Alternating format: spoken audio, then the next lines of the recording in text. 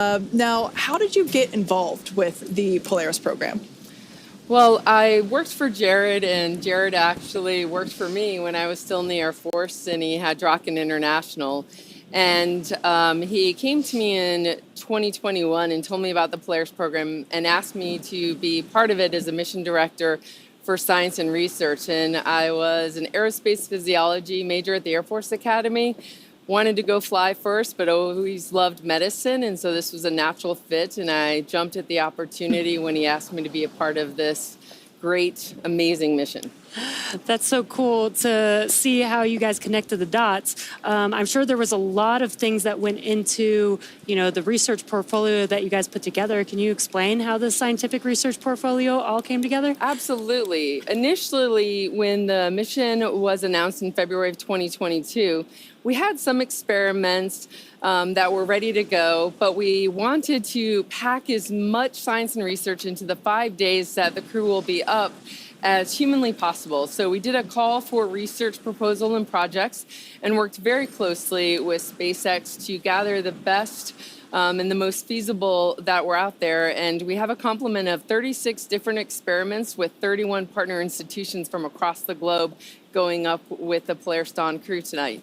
Wow, it sounds like there was a lot of opportunity to participate. A lot of work went into that. Can you maybe share a little bit about some of the planned experiments? Yeah, you bet. You saw the crew and Marissa talk about a few of the experiments that they'll be doing while they're up in space. But another one is from the University of Dartmouth, and will focus on bone loss. We know that without gravity on our skeleton, our bones don't need as much calcium, so they begin to leach calcium into our bloodstream, which poses a risk to develop kidney stones. And from what I hear, nobody wants one of those, especially in space. So this will help us understand how early onset begins and maybe mitigate that risk of developing kidney stones as we go deeper into space, back to the moon, to Mars, and trying to make life multiplanetary.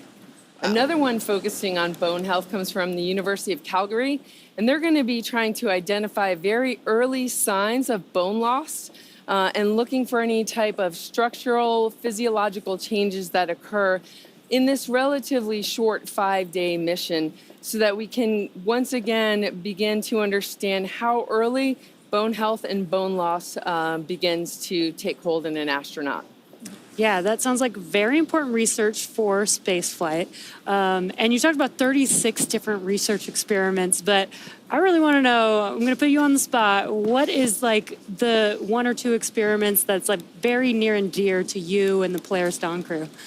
Well, I went to the Air Force Academy, and the Air Force Academy has an experiment going up, and it's called SOFIA, which is Space-Optimized Plant Habitat in Array.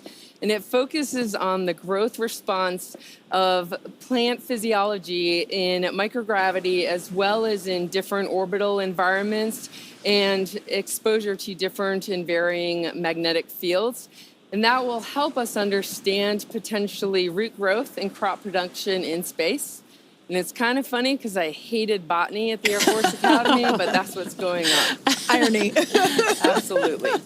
Well, thank you so much for joining us. It's been an honor to have you part of our broadcast, and we look forward to seeing all of these research opportunities come together throughout the mission. Thanks for having me here tonight. Yeah, thank you. To date, Dragon has carried more than 1,000 research experiments to and from low Earth orbit and the International Space Station since 2012. Whether it's returning time-sensitive experiments from the International Space Station or bringing back science performed inside the Dragon spacecraft while in orbit, Dragon safely returns at home. While docked with the International Space Station, Dragon can also act as a lab, providing extra room for astronauts to perform their work. And when the space station is fully booked, Dragon also serves as an extra bedroom when needed. Actually, NASA astronaut Michael Hopkins, who joined us earlier, slept inside of Dragon during his entire 6-month stay aboard the station. Dragon can also serve as a lab while orbiting Earth, as I mentioned.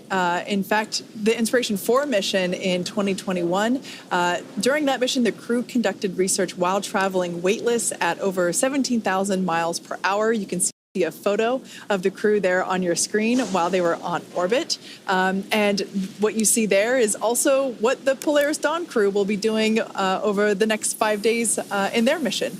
Dragon's cargo capacity can be allocated for both crew essentials as well as scientific equipment dedicated to microgravity research and experiments.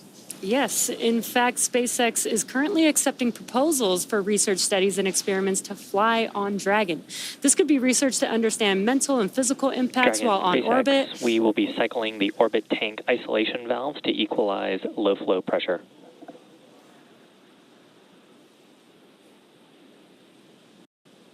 Copy that, SpaceX.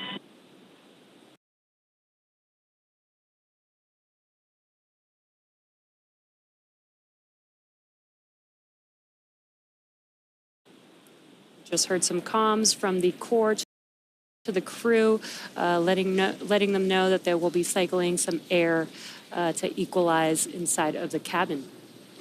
So this could be research to understand mental and physical impacts while on orbit, exploring how to improve training, physical fitness, and mental well-being, or advancing medical care with the exploration of just-in-time training and tools.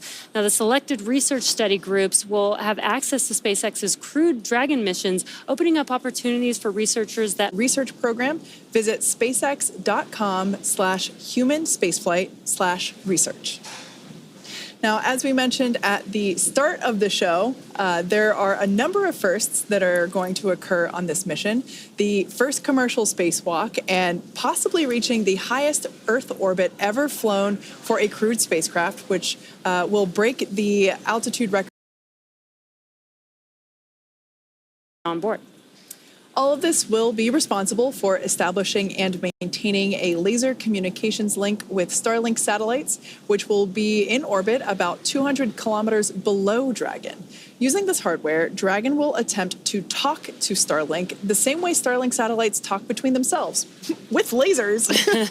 No one has ever flown a laser communication system on a human-rated spacecraft before, so there is a lot to be learned here. If this works, Plug and Placer could provide the first high-speed internet experience for people traveling in space. This technology will also help here on Earth by facilitating healthcare access and connectivity to underserved communities around the world. The Polaris program is donating Starlink to St. Jude Global Partners in 5 countries. Strong, reliable internet will help support the St. Jude Global mission by providing partners greater access to online medical conferencing, case and imaging sharing, and diagnostic assistance. Hospitals and foundations that are part of the pilot program will be able to provide better care to patients thanks to high-speed, low-latency broadband internet. The first countries selected to receive Starlink include the Philippines, Brazil, Chile, Peru, and Mozambique. The Polaris team is also donating Starlink to 100 schools in Chile and Brazil, striving to increase internet connectivity, which can improve education and telemedicine efforts for communities in need. The Polaris Dawn crew had a chance to hear from students in Chile after Starlink was installed.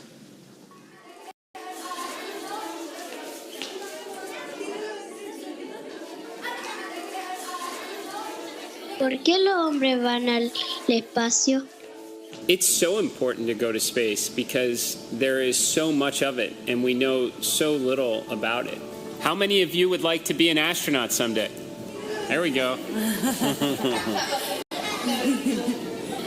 How many of you want to go with us on our mission? They all want to go.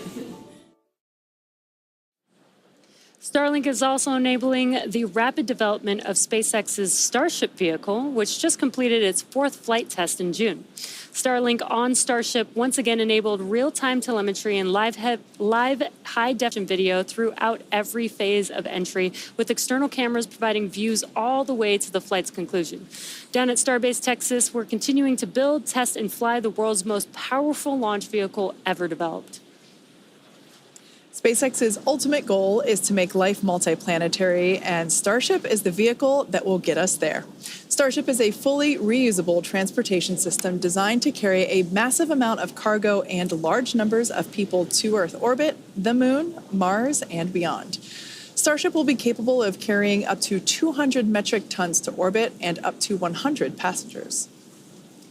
Now, we're still in the testing phase, but major milestones like flying at a high cadence, full system reuse, and on-orbit refilling are key priorities.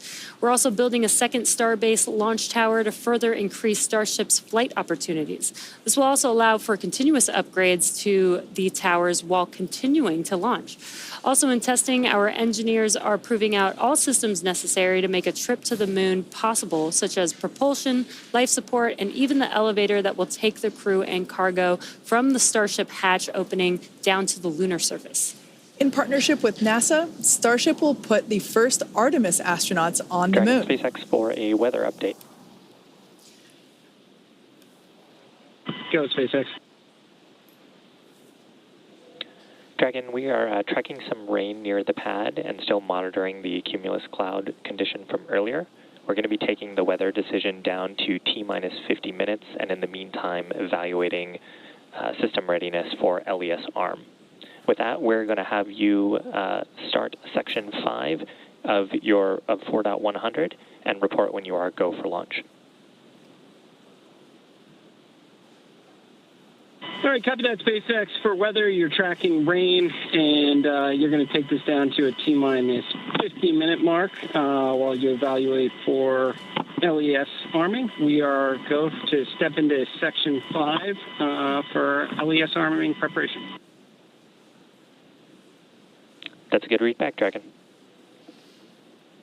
All right, so quick update there for our Polaris crew, just continuing to monitor the weather, as we've been saying all evening. Unfortunately, just one of those things that we can't control. Now, thinking back to the crew that will be involved with the HLS program, the Starship vehicle will perform one uncrewed demonstration flight before that Artemis 3 mission, which will be the first human surface expedition of the moon since 1972. With the ability to deliver cargo and people to the lunar surface, we'll be ready to help humanity build a sustainable presence on the moon and learn how to live off-world before the next step to Mars. SpaceX Dragon in section 5. Crews go for launch. Copy. Crew is ready for launch. Thanks. And great news there. Crew just confirming that they are go for launch while we monitor weather for T0 tonight. When the time comes for humans to explore the moon and beyond, they'll have to take everything with them for a surface mission.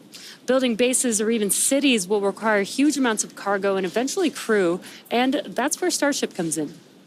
This year is shaping up to be a busy one for Starship. As we mentioned, we recently completed the flight test 4 for Starship. That was on June 6th from Starbase, as you can see there on your screen. Super Heavy booster lifting off successfully there and completed a full duration ascent burn.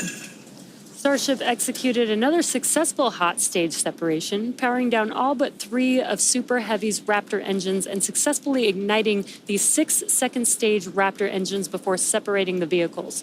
Following separation, the Super Heavy booster successfully completed its flip maneuver and boost back burn to send it towards the splashdown zone. The booster's flight ended with a landing burn, so exciting, and soft splashdown in the Gulf of Mexico 7 minutes and 24 seconds into the flight. The landing was caught by both the onboard camera, as you can see there, as well as one of SpaceX's marine buoys. Meanwhile, Starship's 6 second stage Raptor engines successfully powered the vehicle to space and placed it on the planned trajectory for coast.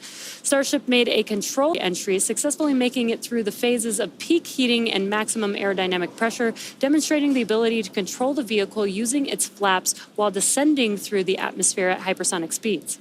Speaking of the flaps, those incredible flaps, Starship provided live video of those flaps during that re-entry phase via SpaceX's Starlink satellites. And it provided, as you saw, the most spectacular views as we all cheered on the little flap that could as it clung on for dear, dear life. Now, those Starlink-enabled views really just keep on giving. Flight 4 ended with the Starship igniting its 3 center Raptor engines and executing the first flip maneuver and landing burn since our high-altitude test campaign, followed by a soft splashdown of the ship in the Indian Ocean about an hour and 6 minutes after launch. Now, the 4th flight of Starship made major strides to bring us closer to a rapidly reusable future. Its accomplishments will provide data to drive improvements as we continue to rapidly develop Starship into a fully reusable transportation system. Now, coming up on Flight 5, which is the next flight, we're getting ready to attempt the first ever tower catch of a booster, which you can see that tower there on your screen. Returning the booster after a launch is a core capability to Starship becoming rapidly and reliably reusable. Yeah, that's going to be pretty exciting. And as of August 21st, both towers were fully stacked, which is pretty exciting to see. So stay tuned for exciting updates as we get closer to this next launch. And as always, excitement is guaranteed. Now, for those that recently joined us, as you can see on the clock, we're about T-minus 53 and a half minutes away from liftoff. We did hear from the crew operations and resource engineer that we are awaiting a final weather update at T-minus 50. That's 50 minutes, so in just 3 minutes from now. Weather has been a watch item all evening, in fact, for like the last 2 weeks. And we are hoping that some unfortunate weather close to the pad will dissipate in time. There is a couple of rules that we're watching, trying to hope that that weather clears out from the 10 nanometer range. So we are standing by for that final update from the launch weather officer. But as you can see on your screen, Polaris Dawn crew is pretty comfy in their suits and in their seats. Yeah, they are patiently waiting. They did give the go that they are ready for launch if we do proceed to T0. And again, we do have a couple opportunities for T0 if weather does not look good for the initial T0 that we're planning for right now. Yeah, that's right. But we are standing by, like we said before, just a couple minutes for that final update. Basically a go, no-go update from our weather officer. It's a little deceiving because this view here, these inky black skies, you can't really tell what the weather is or isn't around the pad. Of course, pad 39A here on your camera.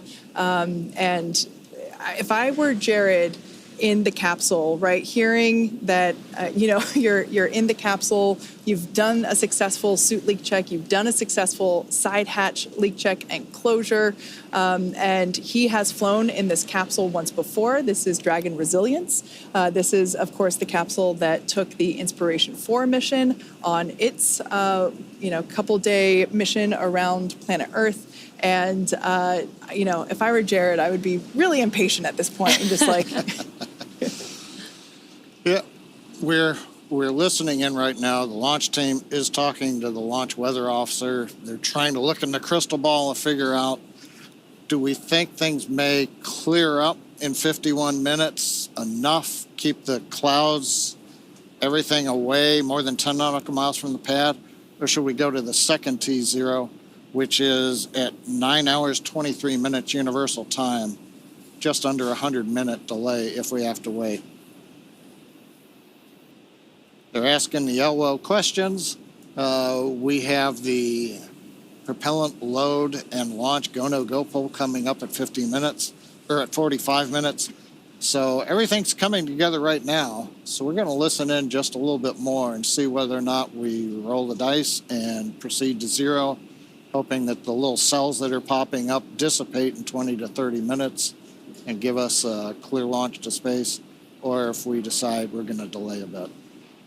Yeah, we knew going into the countdown today that the probability of violation of the launch weather rules was 60%, i.e. only 40% favorable. So we knew that there was a chance here, but in the event that, the clouds parted, or rather just stayed away out of those 10 nautical miles, we wanted to try and take advantage of the opportunity if it presents itself. So we're keeping our fingers crossed and really hoping for that opportunity. And of course, we're talking about launch weather, but something that we've been looking at for the last couple of weeks is not only the launch weather, but also the booster downrange recovery weather, as well as the ascent phase abort scenario weather patterns. Want to make sure that if Dragon, for some reason, has to activate the launch escape system during the ascent phase, that all that weather along that corridor is clear.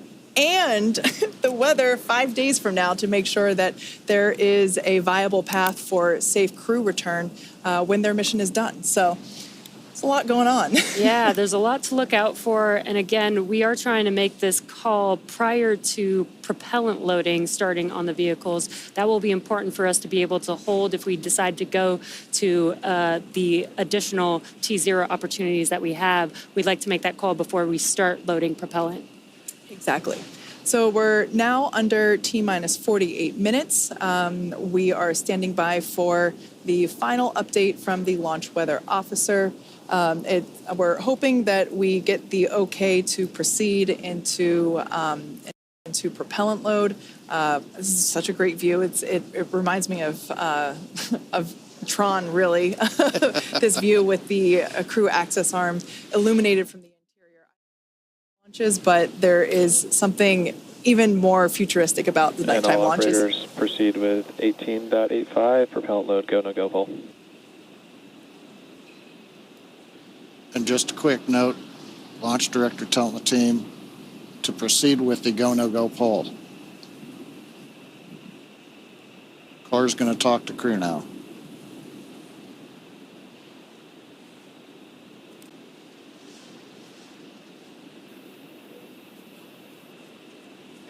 Dragon SpaceX for weather update.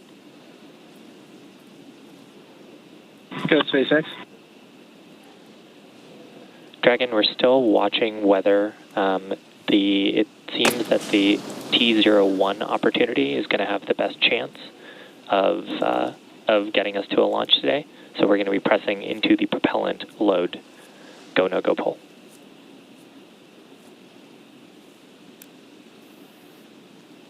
And copy that, SpaceX. And just for good readback, we are presently no-go for weather, but we are stepping into the prop load pole.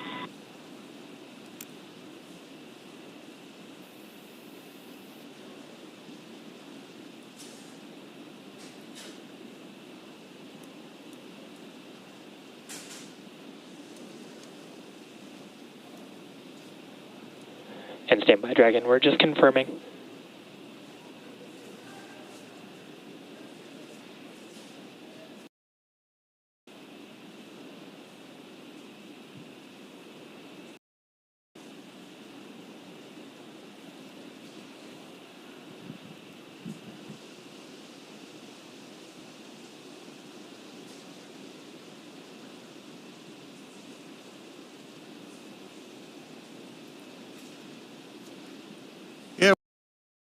We're coming up on T-minus 46 minutes.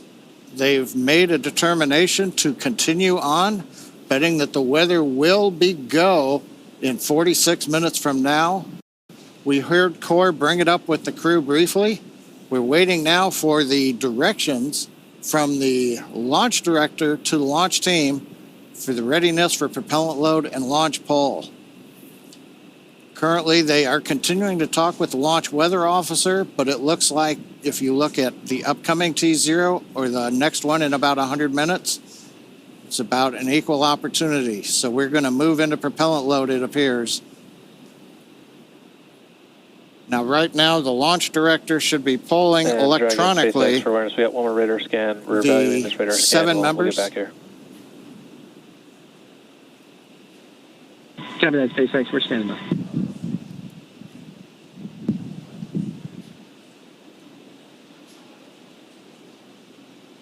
Yeah, there's some discussion on the WeatherNet about a cell to the northwest and whether or not it's exceeding constraints.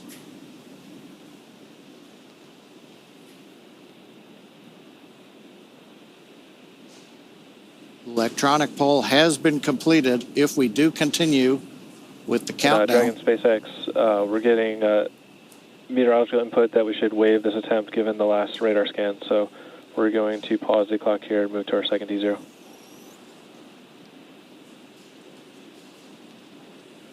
Copy that, SpaceX, and we are standing by for the second T0.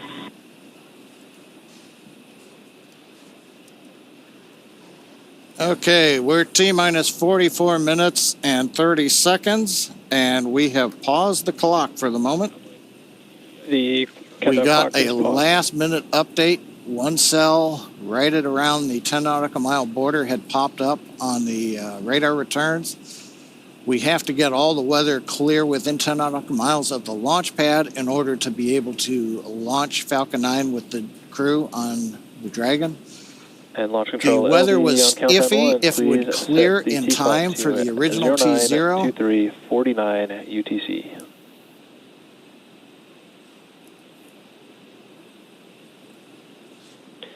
And LD, that's 09:23:49 UTC? That is correct. Launch director confirming the planned new T0, 09:23:49, I believe, universal time. That would be at 5:23 a.m. on pad 39A. And the clock is counting to 09:23:49 UTC. As you can see on the webcast screen now. Dragon SpaceX launch T time has been moved to 09:23:49 Zulu. Stand by for seat rotation, after which you will remain in the capsule with the side hatch closed. Please confirm when you are ready for seat rotation.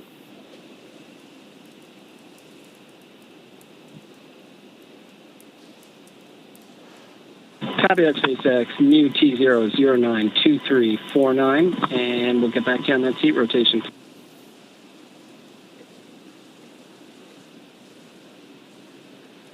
We just heard the core. SpaceX Dragon, we're ready for seat rotation. SpaceX copies. We will report when initiating.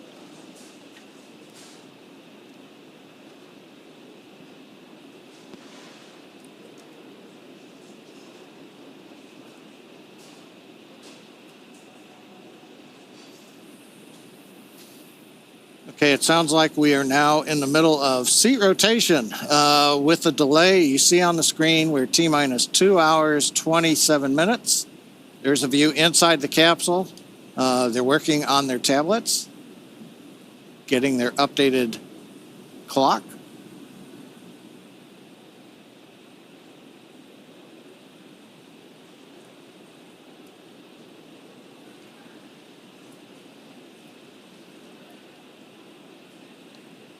Okay.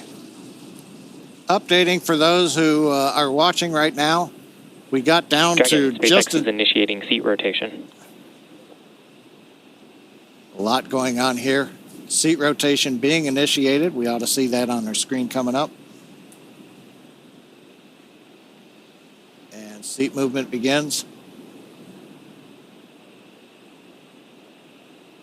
That'll make it a little easier on the crew as we wait for the launch window opportunity number 2 to arrive. They'll be back into a more regular seated posture, and then we'll get back through seat rotation a little bit later on. But right now, inside 2.5 hours now to the planned T0. As we mentioned, as we started the webcast, we had 3 opportunities. We've had to Dragon wait. seats are in the upright position. Copy that, SpaceX. We show the same. We had to wave off the first opportunity just as we got inside T-minus 45 minutes. The weather forecast was iffy at best, and we have elected to go for the second of the 3 T0 opportunities. Next launch opportunity at 9:23:49 universal time. We'll have a third opportunity if need be at 11 hours 50 minutes universal time. We don't know what the weather forecast is. It's fairly dynamic as a tropical boundary layer has come ashore in Florida.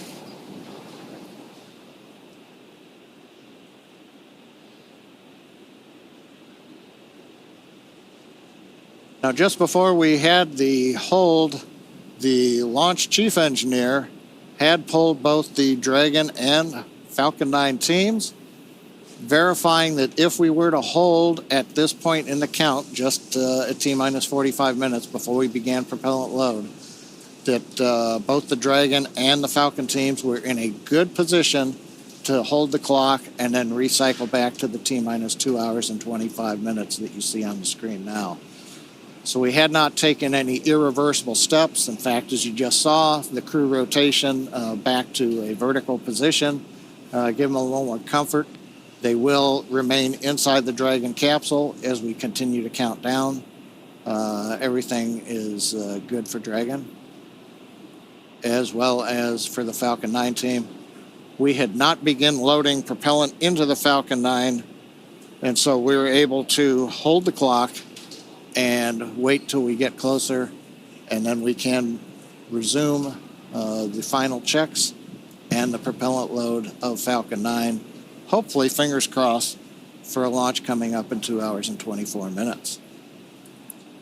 And of course, we'll be continuing to watch the weather throughout the early morning in Florida. As I mentioned just a moment ago, it is dynamic conditions. The concerns we had were not winds. It was twofold. A shower was passing over the launch pad that was just had rain in the ascent trajectory, but we expected the rain shower to dissipate.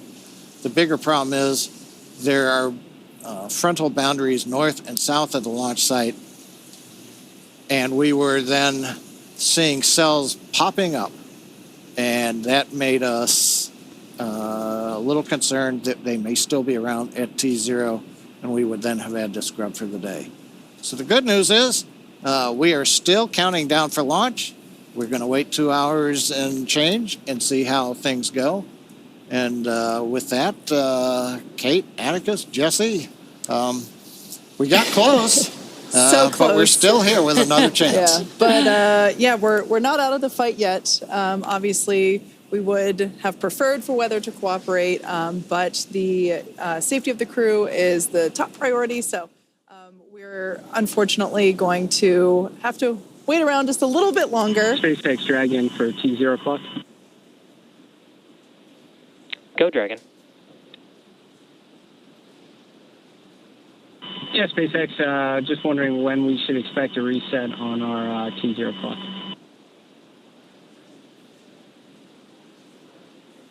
That's in work, Dragon. I'll let you know when we have that updated. Yeah, Core just working through some housekeeping And cut that, SpaceX. with the Dragon displays. Yeah, so we're obviously sad we don't get to go to space in 50 minutes like we were hoping, but I'm sure there's nobody more disappointed than the crew on board. But let's take this opportunity to learn a bit more about them. The Polaris Dawn mission has many first-time objectives, so the Polaris program, of course, chose a crew of experts who know each other well and have a foundation of trust that they can build upon as they undertake the challenges of this mission. So we've seen him before on Inspiration 4, Mission Commander Jared Rook Isaacman. As I mentioned, he was the commander of Inspiration 4, the world's first all-civilian mission to space. Jared holds several world records, including 2 speed-around-the-world flights in 2008 and 2009 for the Make-A-Wish Foundation. He has flown in over 100 air shows as part of the Black Diamond Jet Team, dedicating every performance to charitable causes. In 2011, Jared co-founded what would become the world's largest private air force, Draken International, and that trains pilots for the U.S. Armed Forces. In addition to his role as CEO of Shift 4, Jared is an accomplished pilot and astronaut with over 7,000 flight hours. Here's a little bit more about Jared. I think, like a lot of kids, dreamed of becoming an astronaut since kindergarten.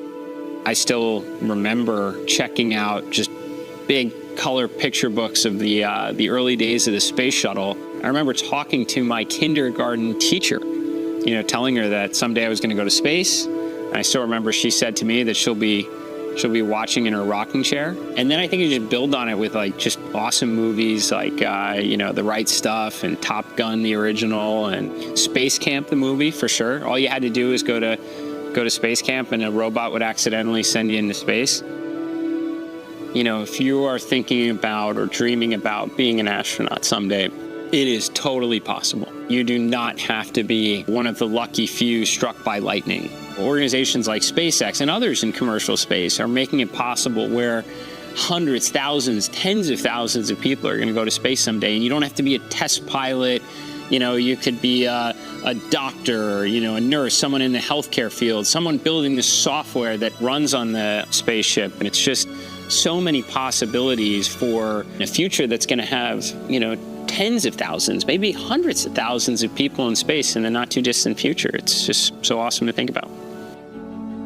You know, with Inspiration 4, I always said it's hard to look at any one piece of the mission and have some extra excitement or enthusiasm because it all matters. It has to go right, every phase of it. Everything we do for months or years leading up to the mission itself and coming home, it all matters. And I'd say that that's no different with this one. If anything, it's even more so because there's so much we're trying to accomplish. But I'm very eager and excited to see that moment when we arrive on orbit and kind of the reaction on the face of my other crewmates who will be going to space for the first time. It's like a really special moment where a lot of emotion comes together when you've arrived on orbit. And they've worked really hard and very deserving for this opportunity, and I'm eager to see it, you know, kind of firsthand. My name is Jared Isaacman, and I'm the commander of Polaris Dawn.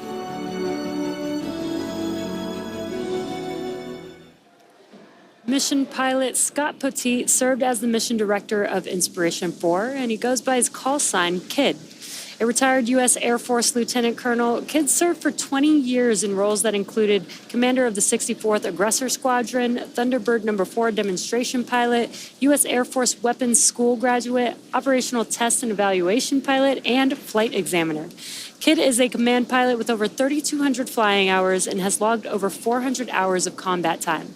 Following his Air Force career, Kid served in various roles, including VP of Strategy at Shift 4.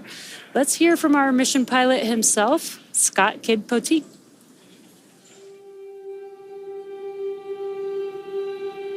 So my love for aviation and space, it started in the 80s. That's when I grew up. The movies The Right Stuff and the original Top Gun had come out. I was certainly inspired by those movies. But honestly, I struggled as a kid. I was a C and D student. The only reason why I got into college was I was recruited to run. I even struggled in college. I ended up with a degree in outdoor education. But I had an opportunity to go in the back of a KC-135 to watch some refueling F-16s in the air. I was totally inspired, puked the entire time, but I wanted to be a fighter pilot. I served in the Air Force for 20 years flying F-16s. When I retired in 2016, I thought that was the end. Space was never something that I thought I could achieve based on my academic background. You know, traditionally in the 80s with the shuttle program, it was astrophysicists, engineers, test pilots, those with advanced degrees.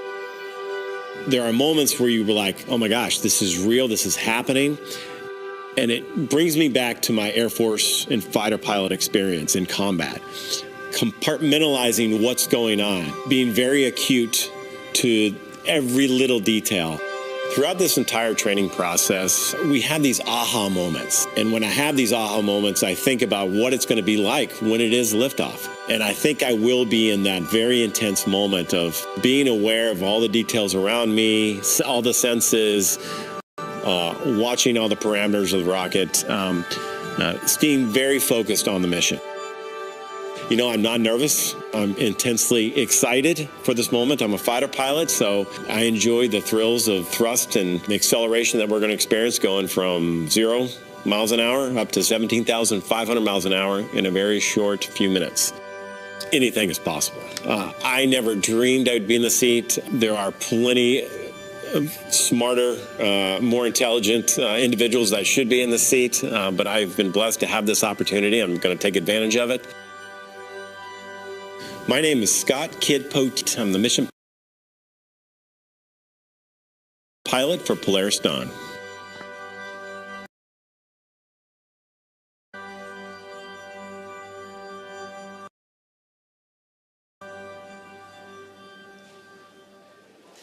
Mission Specialist Sarah Cooper Gillis is a lead space operations engineer at SpaceX, responsible for overseeing the company's astronaut training program. She helped prepare NASA astronauts for the Demo 2 and Crew 1 missions, and most recently directly trained the Inspiration 4 astronauts. Sarah is an experienced mission control operator who has supported real-time operations for Dragon's cargo resupply missions to and from the International Space Station as a navigation officer and as a crew communicator for Dragon's human spaceflight missions. In 2015, while studying at the University of Colorado Boulder, Sarah started an internship at SpaceX and then moved into the astronaut training program full-time after graduation. Here's a bit more about Sarah. So I cannot technically claim that I am a Boulder, Colorado native as much as I would love to. I was born in California, but I moved to Boulder when I was about 2 or 3 months old. And that's where I went to college as well. I went to the University of Colorado at Boulder and then eventually started as an intern at SpaceX. I would say I didn't always dream of going to space. I think my interest really changed in high school, and I thought human spaceflight was fascinating. I think I heard of the concept of this future job of running a space hotel, and I was like, wow, that's wild and cool. If that can be the future, that's something that I would like to think about. So I just started looking and pursuing human spaceflight topics and doing things that really interested me, because I didn't think going to space was necessarily a possible outcome. But along that journey, got to help with some really cool things, and that obviously led to going to space today. One of the professional accomplishments that I'm most proud of is bringing back and launching Bob and Doug was so massive. That's the first time we returned launch capability to the U.S. This is so big, and it was such an immense team effort to get Dragon to the point of flight for the first time. And then for me personally, then taking that and transforming that and growing our training program to support the first all-civilian crew with Inspiration 4. Those 2 missions certainly stand out for me. When I sit in the spacecraft, I think more than anything, what is going to go through my mind is just seeing all of the components that came together to make this machine, and all of the people that made those components and tested those components, being supported by the thousands of people at SpaceX that are making this possible and dedicating their lives to safely flying people to space and back. My name is Sarah Gillis, and I am a mission specialist on the Polaris Dawn mission. And rounding out the Polaris Dawn crew, mission specialist and medical officer Anna Walker-Menon, who also serves as a lead space operations engineer at SpaceX, where she manages the development of crew operations and works in mission control as both a mission director and crew communicator. During her time at SpaceX, Anna has led the implementation of Dragon's crew capabilities and developed critical operational responses to vehicle emergencies. Prior to SpaceX, Anna worked for 7 years at NASA as a biomedical flight controller for the International Space Station. She received her bachelor's degree in mathematics and Spanish from Texas Christian University and her master's degree in biomedical engineering from Duke University. Let's hear a little bit more from our other SpaceX team member, Anna Walker-Menon.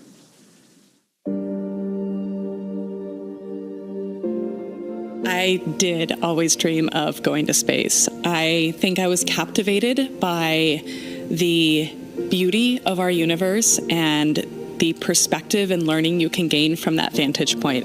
So while I recognized it was a distant likelihood to ever end up getting to be there, I have always dreamed of getting to be there. I fell in love with space on a field trip in the 4th grade. I got to experience a day in the life of an astronaut as well as a flight controller in mission control, and I knew from that moment that this was an industry I wanted to be a part of. I studied math and engineering in college and graduate school, but the whole time just kept avidly pursuing the space industry. I was so thrilled when I got a job out of graduate school at NASA, and after about 7 years there, transitioned over to SpaceX, and I have been here ever since.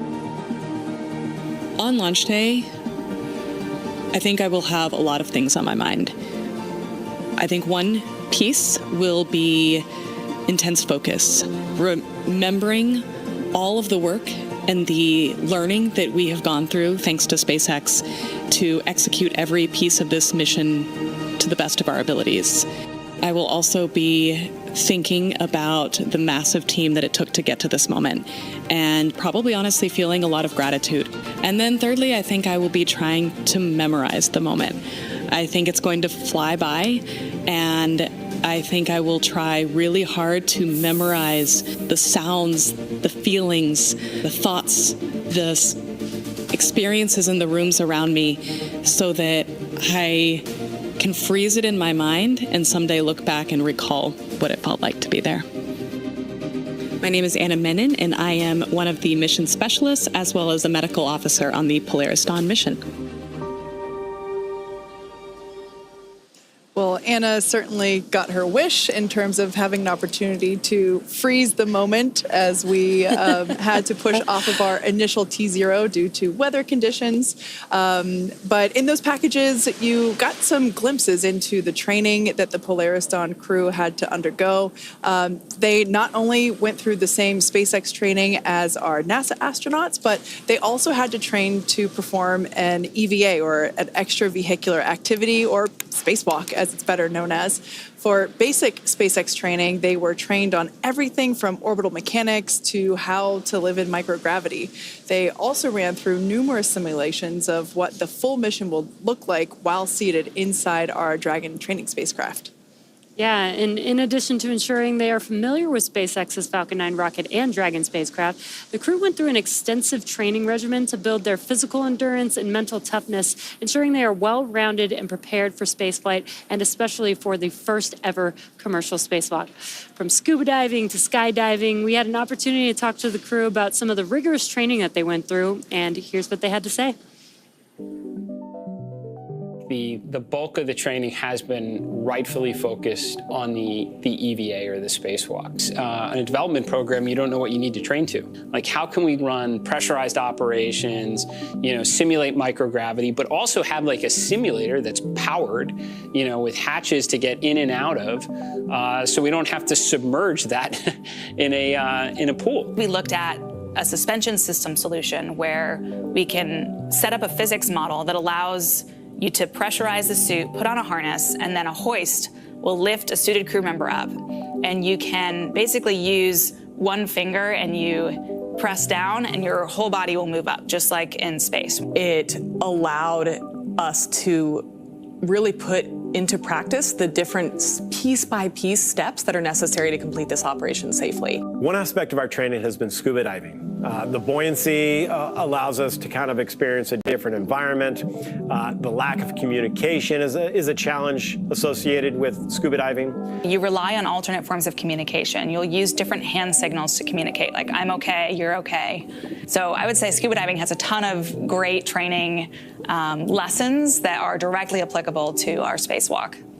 I have to say, I think the max fun here was the skydiving we did at the Air Force Academy. That was some of the best training ever. When I dropped out of that airplane, sitting in the airplane as I was going up, I felt those nerves, all of that rush of emotions that comes with, recognizing that you are about to do a really high consequence operation. And you're standing out, leaning into the wind, out of an aircraft, and then you just let go and you fall. It was incredible training, some of the most memorable training we've done. For the centrifuge training, the purpose is to go through both a launch and a reentry, as well as a launch escape mission profile in this human centrifuge that's spinning you around and imparting forces on your body that are similar to the ones that we will experience when we go through those operations actually in space. When you're in space, you have to deal with the circumstances that you're dealt. Similar fashion is climbing a mountain. You're on the side of a mountain, it's taken days to get to where you're at, approaching the summit. You're dehydrated, you're hungry. You learn to manage those stressors. And those are all good preparation techniques in getting ready for space exploration. We've had it all. We've had unbelievable, highs, and we've had, lows. It's just been a great 2 years of growth. Some of the best times of my life. Dragon is the first private spacecraft to take humans to the International Space Station, and it's currently the only vehicle capable of returning significant amounts of cargo to Earth. It's also the first private spacecraft to take an all-civilian crew to orbit during the Inspiration mission in 2021. Over the last 4 years, the spacecraft has supported 13 human spaceflight missions and flown 50 crew members representing 14 countries. Through missions like Inspiration 4 and Polaris Dawn, Dragon is helping lay the groundwork for deep space exploration, rapidly expanding our knowledge of how humans will adapt, live, and work in space. Dragon can also help discover more about our home planet. With upcoming missions like From 2, we aim to do exactly that. Named in honor of the ship that helped explorers first reach Earth's Arctic and Antarctic regions, the crew of From 2 will be the first to explore Earth from a polar orbit. From 2 will be SpaceX's 6th commercial astronaut mission and will allow the crew to observe Earth's polar regions through Dragon's cupola at an altitude of 425 to 450 kilometers. Over the years, Dragon has proven to be quite a versatile spacecraft. It can autonomously dock to the space station when outfitted with the ISS docking adapter. In free flyer mode, the docking adapter can be swapped out for a cupola for the best views while in orbit, and that'll be the case with the upcoming From 2 mission. Finally, we have our newest option, which is the Skywalker hardware to support a spacewalk, and the Skywalker will be making its debut on Polaris Dawn. And in addition, who knows what else the future will bring. Now, while the crew gets situated in Dragon, let's take a moment to get familiar with the spacecraft that we will call home, that the crew will call home for the next 5 days. Designed to be the safest spacecraft ever flown, the fully autonomous Dragon stands nearly 27 feet tall and 13 feet in diameter. Dragon is capable of carrying up to 7 passengers, but for today's mission, it's carrying the 4 members of the Polaris Dawn crew. The crew will spend the majority of their time in the pressurized section, which is the top portion of the spacecraft you see there on your screen, and this allows for transport of people and environmentally sensitive cargo.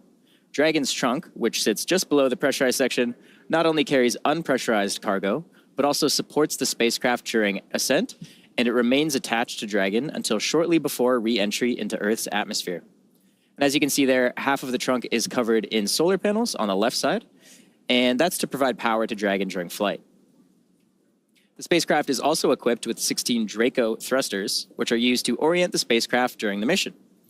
Each Draco thruster is capable of generating around 90 pounds of force in the vacuum of space, and these engines are just as important to Dragon as the Merlin engines are to Falcon 9.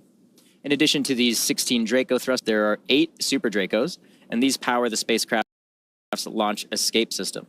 In the very unlikely event of an emergency, the Super Draco engines can power Dragon half a mile away from the launch vehicle in less than 8 seconds. And just like the Falcon 9 first stage, Dragon is also reusable. In fact, the Polaris Dawn crew is flying today in the exact same spacecraft for NASA's Crew 1 mission, as well as Inspiration 4. That said, there are a few changes that we've made to Dragon for this mission. In order to accommodate a spacewalk, this is the first Dragon to be outfitted with a Skywalker in place of the cupola observation dome. The Skywalker is a structure that is mounted to the top of Dragon, as you can see there, and the astronauts will use this to assist in exiting and re-entering the spacecraft during their spacewalk. This Dragon is also carrying Starlink, making this the first mission to attempt to use the Starlink network in orbit. Inside of Dragon is a router connected to a user terminal located in Dragon's trunk, and this terminal will be linked to a new device known as the Plug and Placer, which will enable the spacecraft to communicate with Starlink satellites that will be in orbit below Dragon. Now, we're very excited to see all of this in action, but Dragon has to get up there first. So let's take a look at the rocket that will be taking our crew and Dragon to space. Dragon will be delivered to orbit today by SpaceX's Falcon 9, the first orbital class rocket capable of reflight. Reusability allows us to refly the most expensive parts of the rocket, and that in turn drives down the cost of spaceflight. To date, Falcon 9 has performed 369 orbital launches, 326 landings, and 300 reflights. Standing about 65.5 meters tall, or about 215 feet, Falcon 9 is a 2-stage rocket that provides 1.7 million pounds of thrust on its first stage, thanks to those 9 Merlin M1D engines. And today's mission will be the 4th launch and landing for this particular booster. It previously supported NASA's Crew 8 mission to the International Space Station in March earlier this year. It's also supported 2 SpaceX Starlink missions. Now, after stage separation, when the first stage has done the bulk of its job for the day, it will initiate 2 burns as it makes its way back down towards the surface of Earth. First is the entry burn to help slow Falcon 9 down as it prepares to re-enter the thicker layers of Earth's atmosphere. Finally, the landing burn will further decelerate the rocket just enough to perform a precision landing on our drone ship. Just read the instructions. And that drone ship is currently stationed downrange in the Atlantic Ocean. The Falcon 9 first stage is equipped with 4 landing legs, and these are made of state-of-the-art carbon fiber with an aluminum honeycomb. These are placed symmetrically around the base of the rocket, and they are stowed during ascent and deploy just ahead of landing.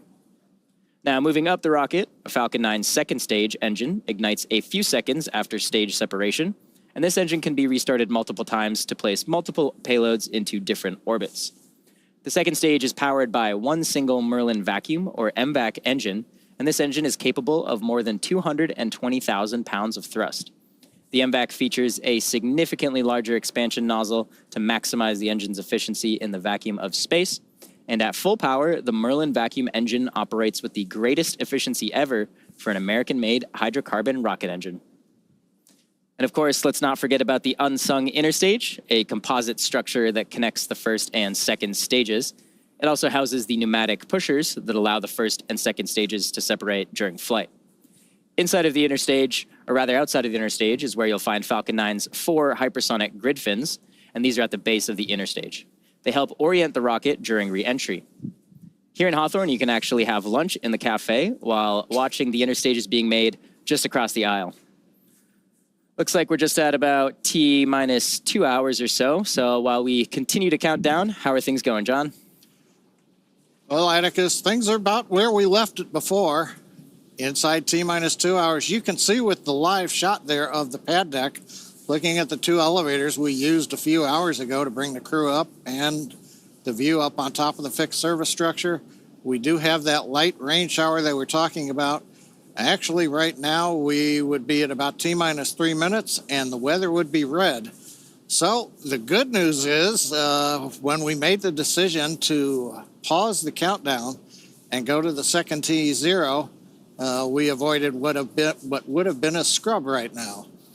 Because as you may recall, once we begin loading propellant onto the Falcon 9 at T-minus 35 minutes, you're committed then. You've got to get down to 0 and launch, or you're scrubbed for the day. Now, we did not start propellant loading at T-minus 35 minutes. A little bit of a status refresh. We got down to T-minus 44 minutes and 30 seconds approximately, and we called a pause or a hold in the countdown. We had just finished the electronic poll verifying that the Falcon team was go to load propellant into the Falcon 9, but we did not actually get that far. All evening or early morning, as the case may be, at Kennedy Space Center, we've been watching the weather. The launch weather officer had advised the team that a frontal boundary had come ashore in Florida. That was creating scattered cells that would pop up and occasionally violate the cumulus cloud rule, or in this case, as we just saw with the pad deck view there, or up on top of the fixed service structure, we were getting rain showers with rain higher up in the atmosphere than we would be allowed to fly through. So we continued to count down, fingers crossed, heading for that first T0, which was planned for 7:38 Universal Time. Inside T-minus 1 hour, it was still very uncertain whether or not the weather would cooperate for that first T0. The team took the decision down as far as they could inside of T-minus 50 minutes, trying to get the last little bit of information. But just as we thought we were going to press on and go with the original T0, we saw a cell pop up on the radar map that exceeded conditions. We looked at that and decided to go ahead and hold the clock. We heard the Corps then go back up, talk to the crew, tell them that we were held, and then we recycled to the second T0. Now we have 3 T0 opportunities. The first one is now passing us by as we get ready at 7 hours and 38 minutes Universal Time, 10 minutes from now, and that would have been a scrub. The next one that we are aiming for is coming up at 9 hours, 23 minutes, 49 seconds Universal Time, just under the 2 hours you see there on the countdown clock. There is a third opportunity if we need it at 11 hours, 15 minutes universal time.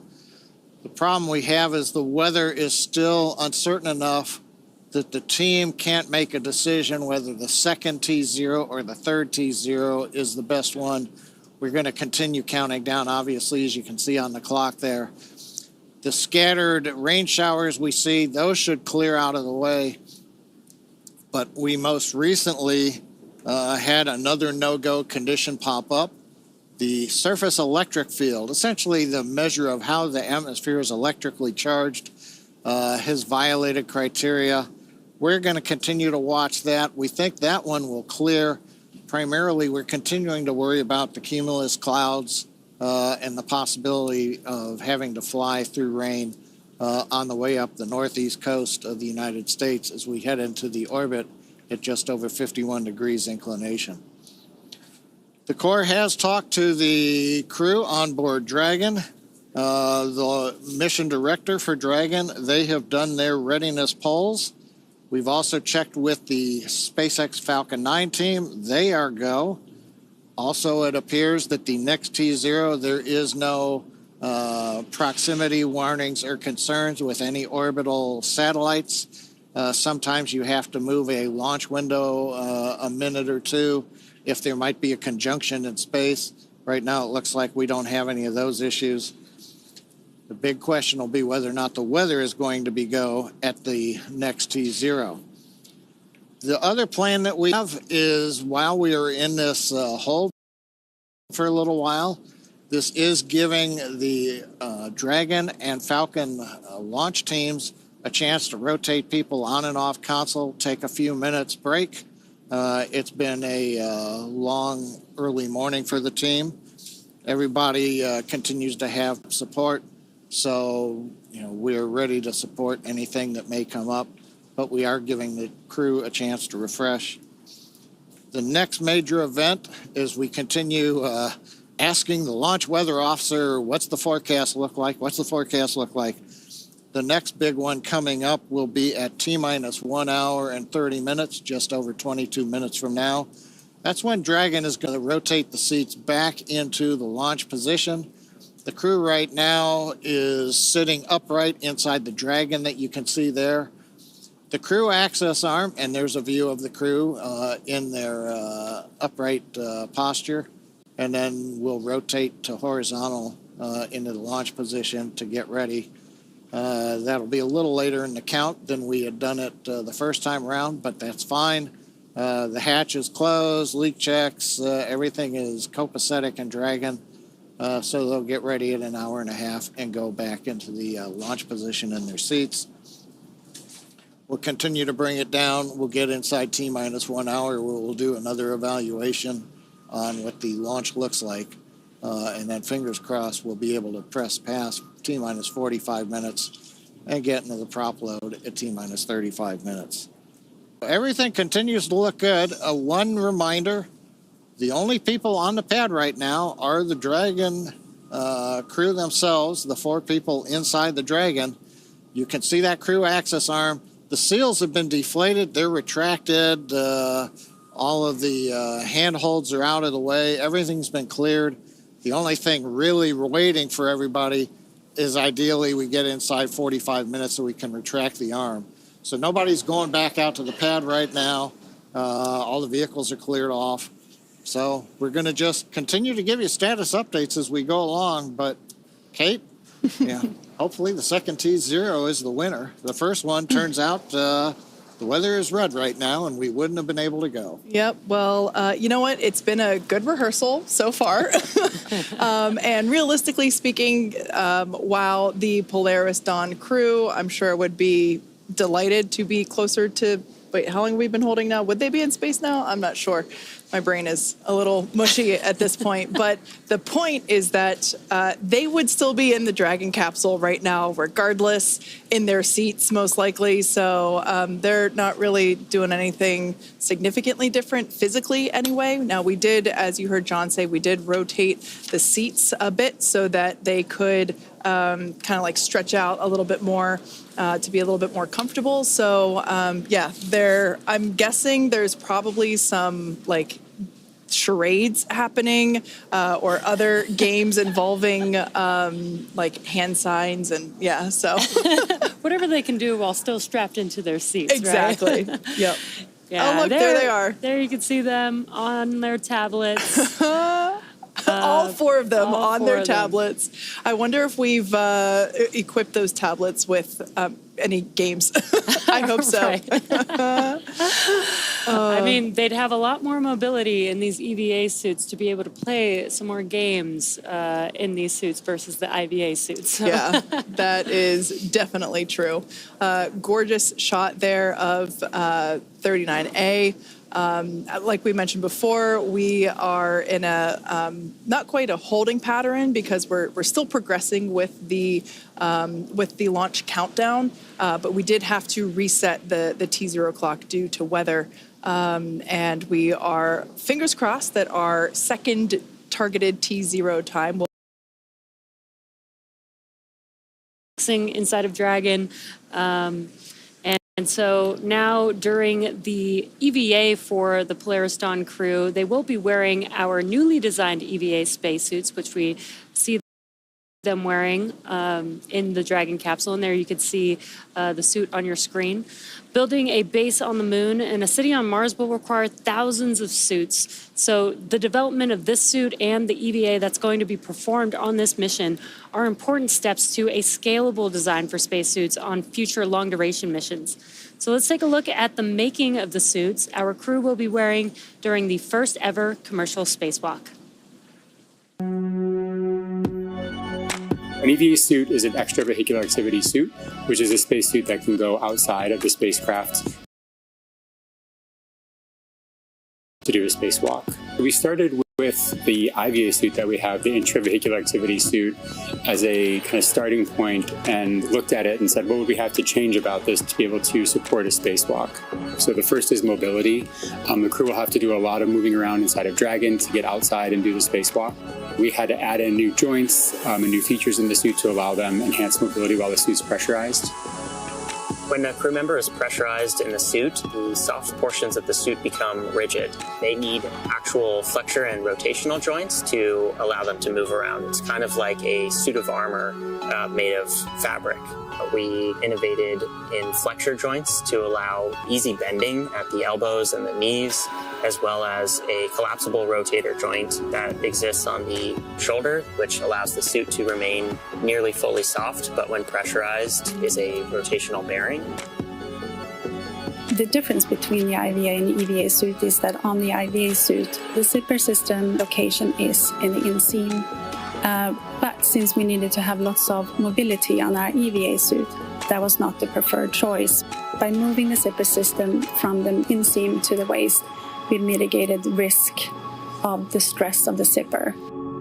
And another big element was also the thermal side of things. The crew is obviously exposed to a much more extreme thermal environment during the EVA. So we want to make sure that the inside of the suit is comfortable for them and that as they interface with parts of the vehicle, that is safe for them to touch as well. The EVA suit is built and designed here at SpaceX in Houghton, California. We wanted to have something that's easy manufactured that we can handle here in-house. So we developed this new material, so it's fabric-based. We actually added a new layer to the suit, which we refer to as the Faraday layer. And this is a conductive cage around the suit that shields the suit from external electric fields. The helmet on the EVA suit looks very similar to the IVA suit, but it is really an all-new design of that helmet. It's much more robust from a thermal structural perspective since it will be taking more extreme temperatures.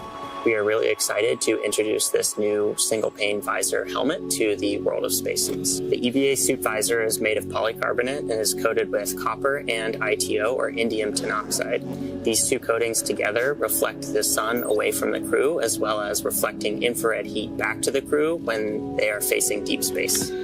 Our suit has a HUD, or heads-up display, which is a small display screen in the helmet, which is transparent, which allows the crew to see through the display to have unfettered access during their EVA, but it also provides critical telemetry to the crew, so pressure, temperature, relative humidity. We're trying to improve the technology and streamline it in one way, and at the same time, we're also trying to get it more and more manufacturable with each generation. The ultimate goal is that you can put on a spacesuit and go out and get work done anywhere in the solar system and not feel like you're wearing anything more than you normally wear every day.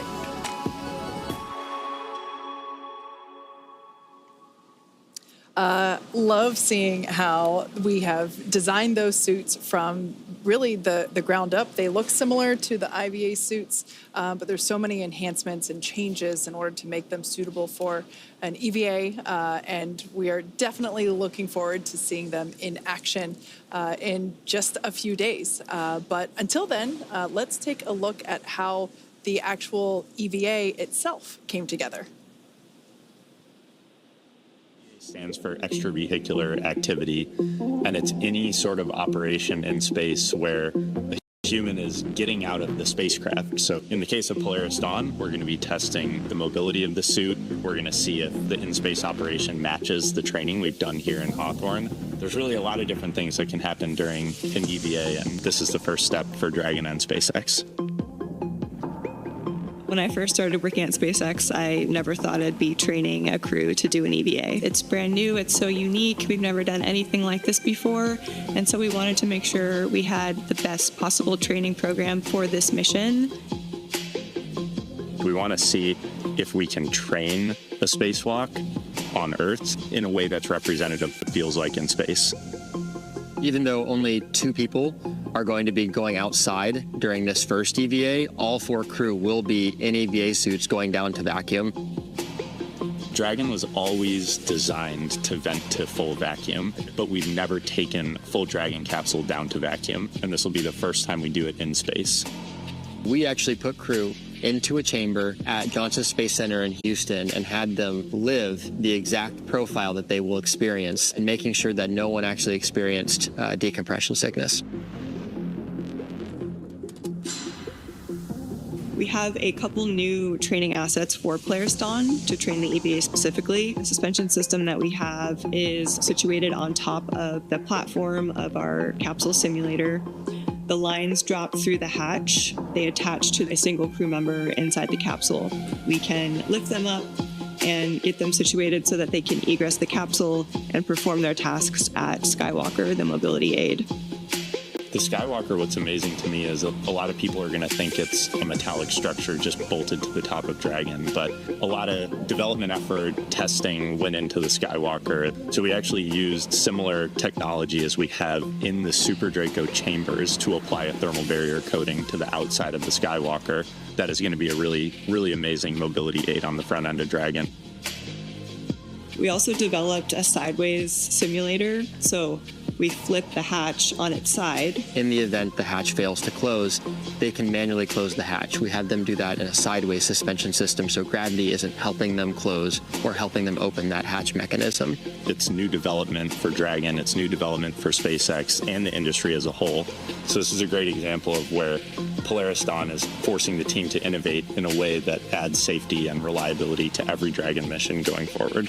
That's this huge challenge for us to go solve, but that's also an opportunity for us to solve the problems that we have to go figure out anyway for our larger goals, like putting people on Mars. The Polaris Dawn objectives are the first step towards that ultimate flight with humans inside of Starship, which is right along the SpaceX development path that we have towards getting to the Moon and Mars.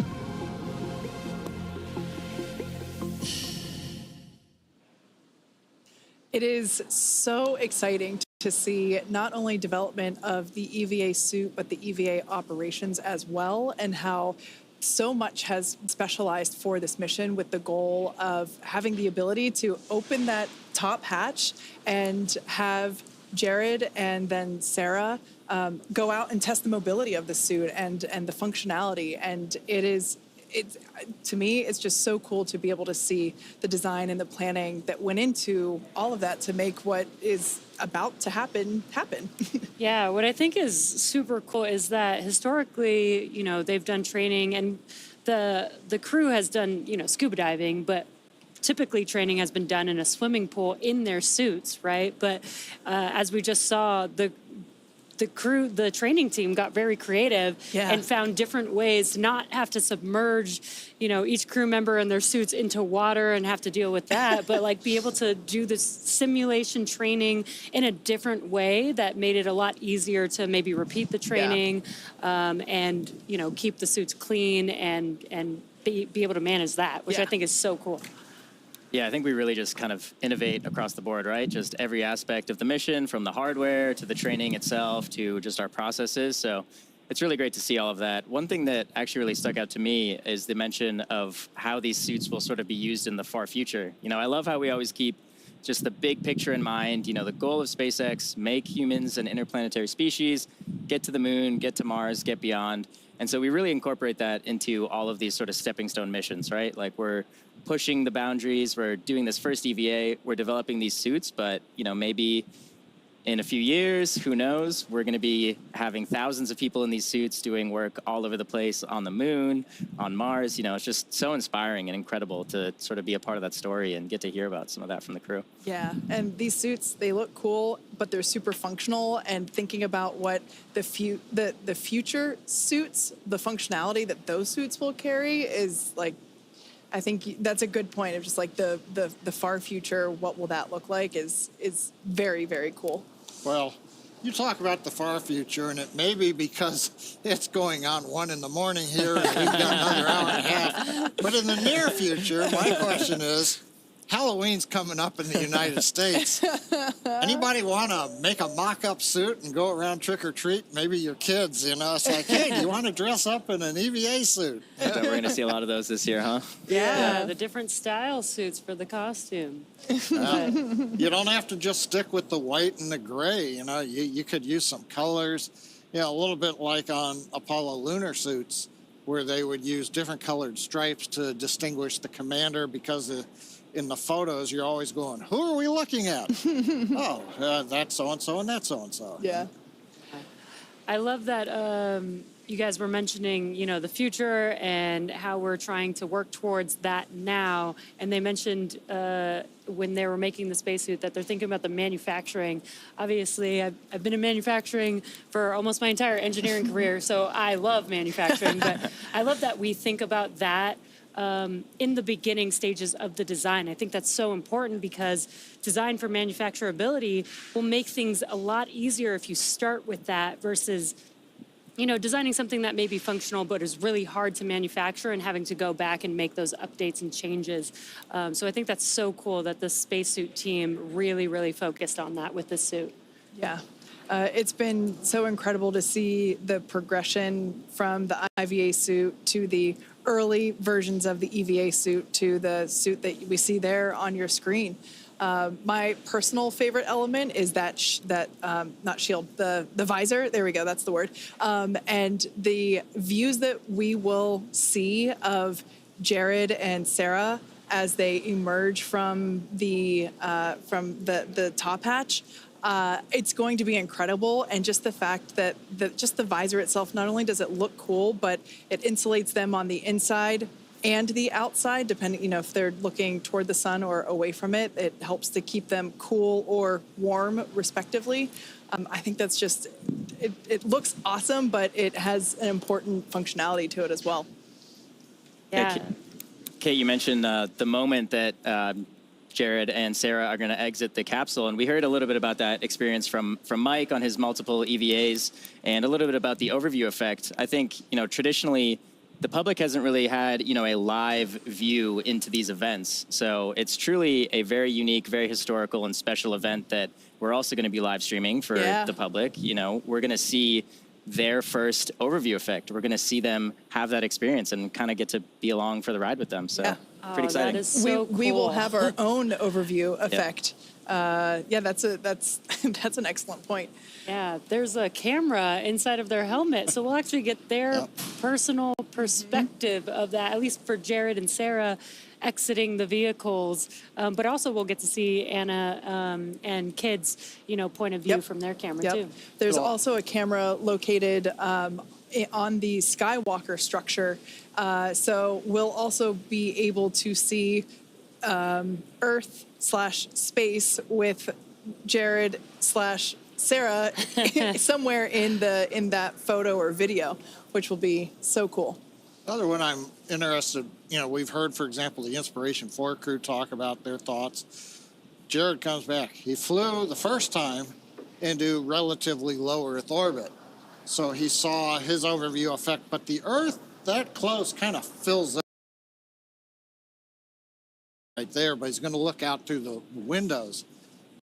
And Pete Conrad, when they went up on Gemini 11 in 1966 to just below where Jared and team are going, Pete was, he was out loud. The Earth is round. It looks different from this high.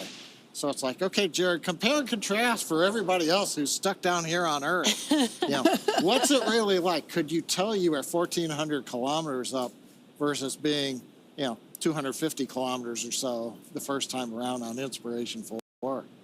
Yeah, and even just the different viewpoint of having the cupola versus not, and being able to stretch your arms out and not hit the domed structure would certainly be an experience. Although it's one of those things where it's like when you get on the roller coaster, you're told keep your hands inside the ride at all times. We know they have certain motions they're going to be doing to test out the mobility of the suit, but I hope they'll have an opportunity to just chill for a minute in the time that they are up there, because they're going to be seeing some incredible views. Yeah, that's going to be super exciting. We'll get to watch them live the whole time. Again, as Atticus mentioned, we'll have live coverage, but also, they do have an EVA. It will be scheduled. They will need to follow some procedures. Obviously, the EVA is for a test. It's to test the EVA suits, but we do have some margin in there, so they might be able to get, if they're able to complete their test, they might just be able to get a minute or two to themselves to be able to enjoy that view. Now, we are excited to watch that with them live whenever the EVA is actually happening.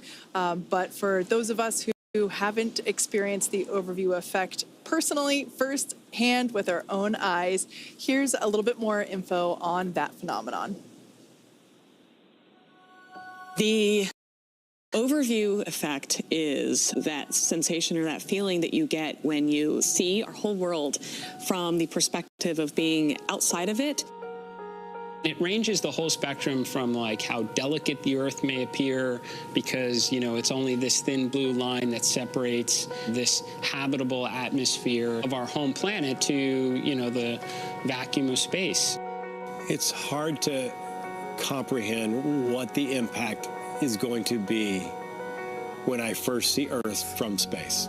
It just reminds us of how fragile our planet is. One of my roles on this crew is to shoot as much footage as we possibly can so we can bring it back and share it with the world.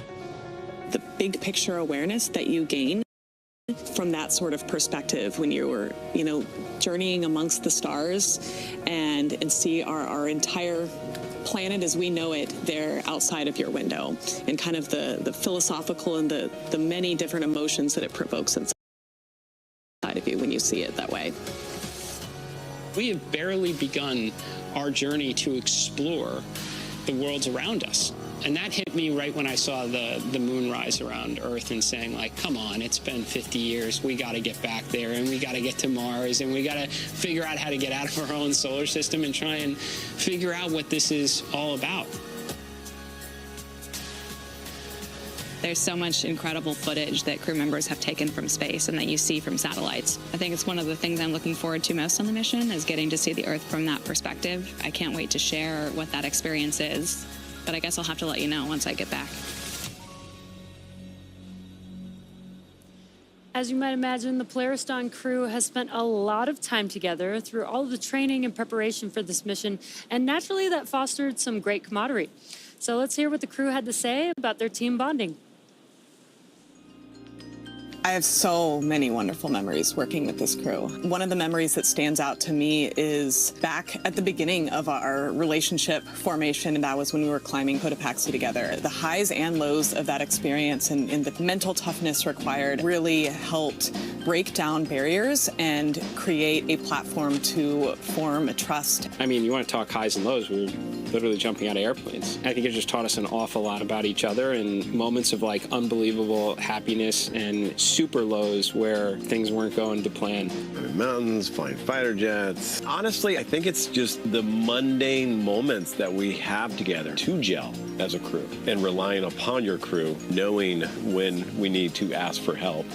We each do have things that we're not going to be the best at. We're not going to need to do everything. We can distribute the load to maximize what each person is bringing to the team. It's been such an adventure learning with them, learning about them, learning how to work with them. I don't think 5 days is going to be enough.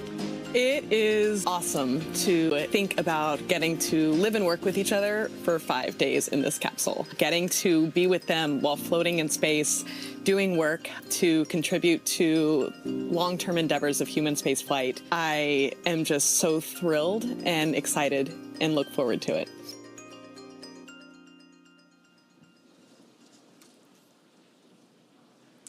Now, there are science and supplies going up on the Polaris Dawn mission, but also the crew is taking along some personal items for their 5-day trip around the planet. We caught up with the crew during training to get a little more insight on what each of them are planning to take to space. What am I going to bring to space?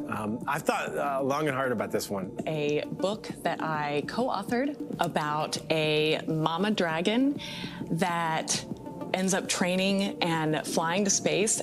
My dad's necklace, jewelry for my wife, watches. I have a Thunderbird watch and a fighter weapons school watch. I don't know, it's one of my takeaways after Inspiration 4 was it's kind of like camping, you brought too much. One of my actual debrief points was bring less.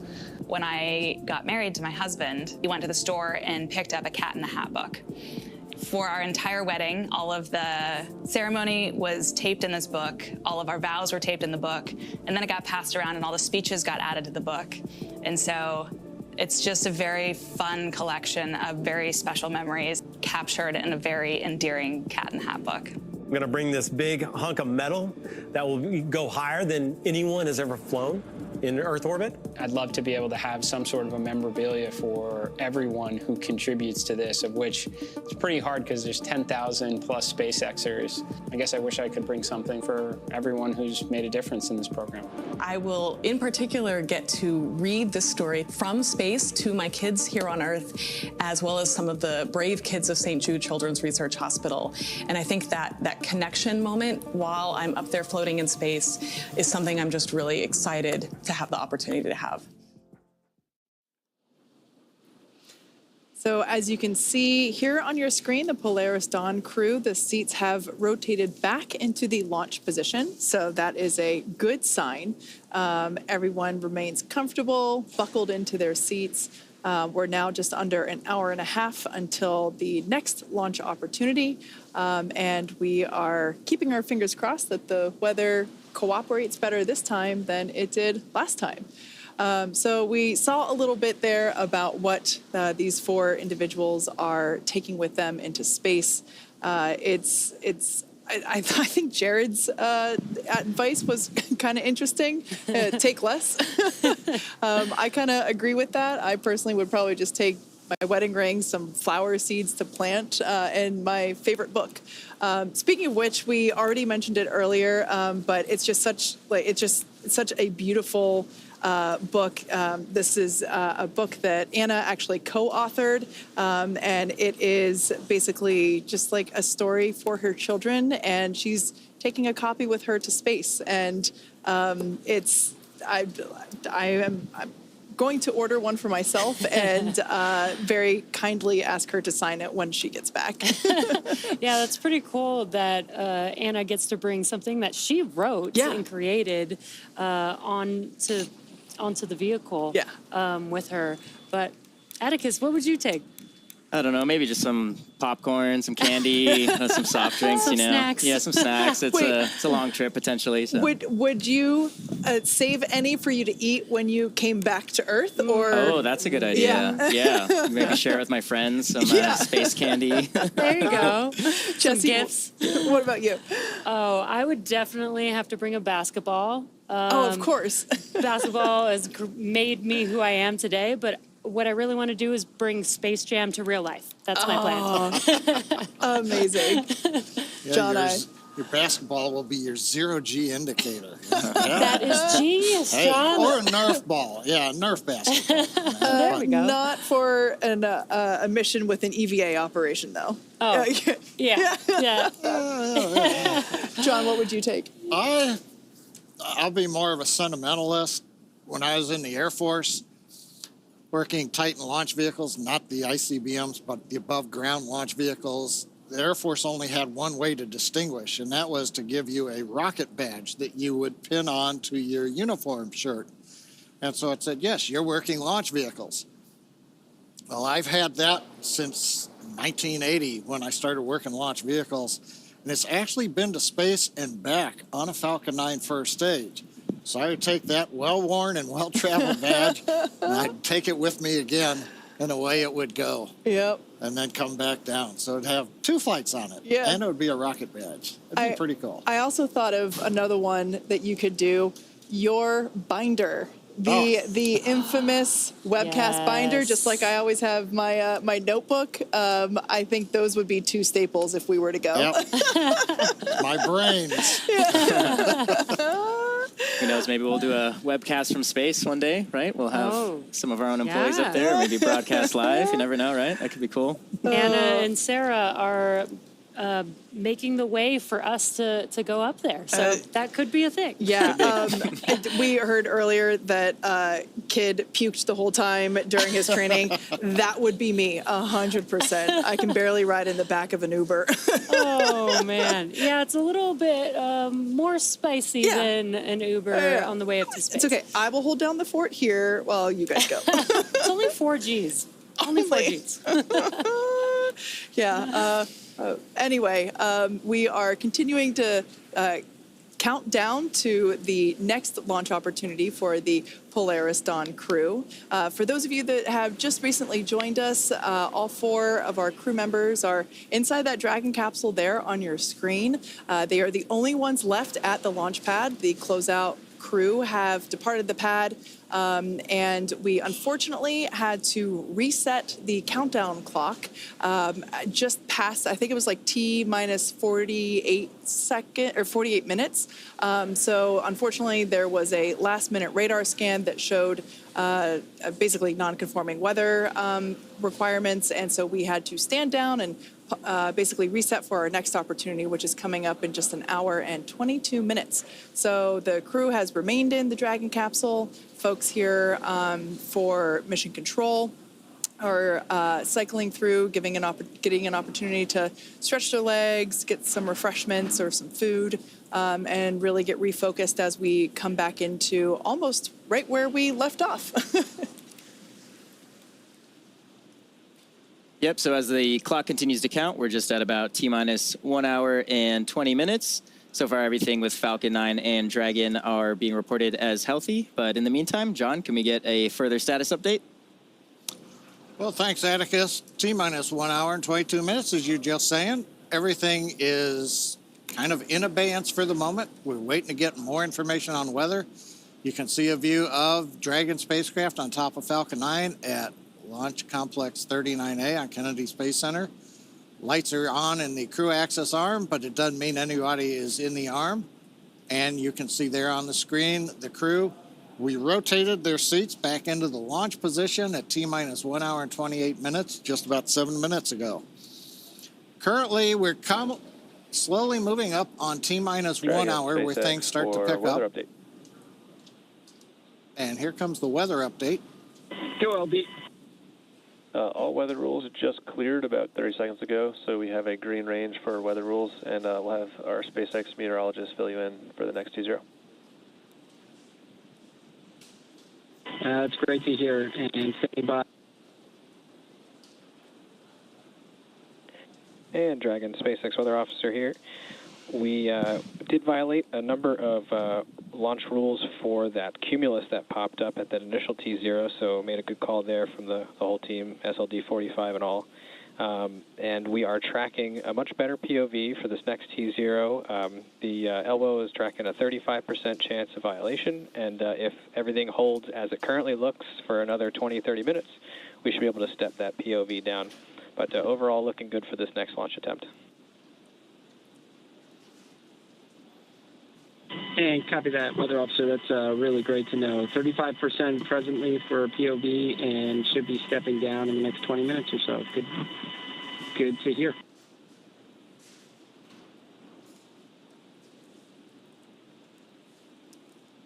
Okay, so they've told the crew that what we're just getting from the launch weather officer.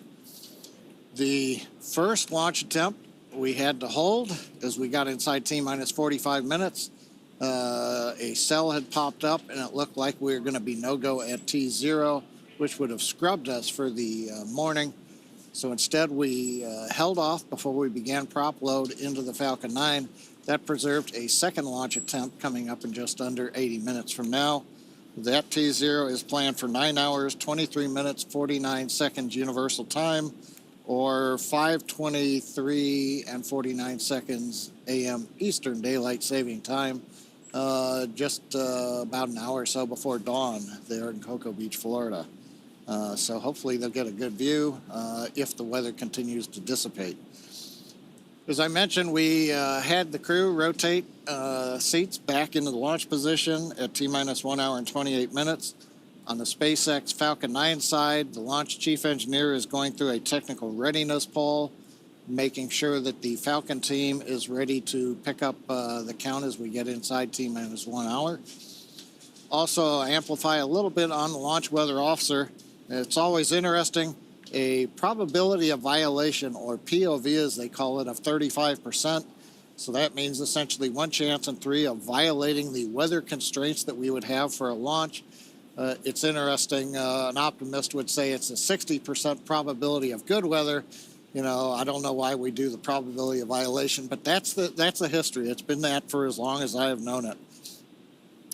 The big thing that is changing is that the weather was fairly chaotic over the last hour. It's very hard to model and predict as the boundary layer was coming ashore. What they're seeing right now in the weather radar is the boundary looks like it's dissipating. And as the Corps told the crew and the weather officer amplified, we ought to know more in about 20 minutes as we get down close to T-minus 1 hour, in which case the probability of violation may actually decrease, give us an even better chance. Still looking at a variety of things. The rain showers that we saw earlier on the camera lens, making sure that they've dissipated, that we don't fly through rain on the way up.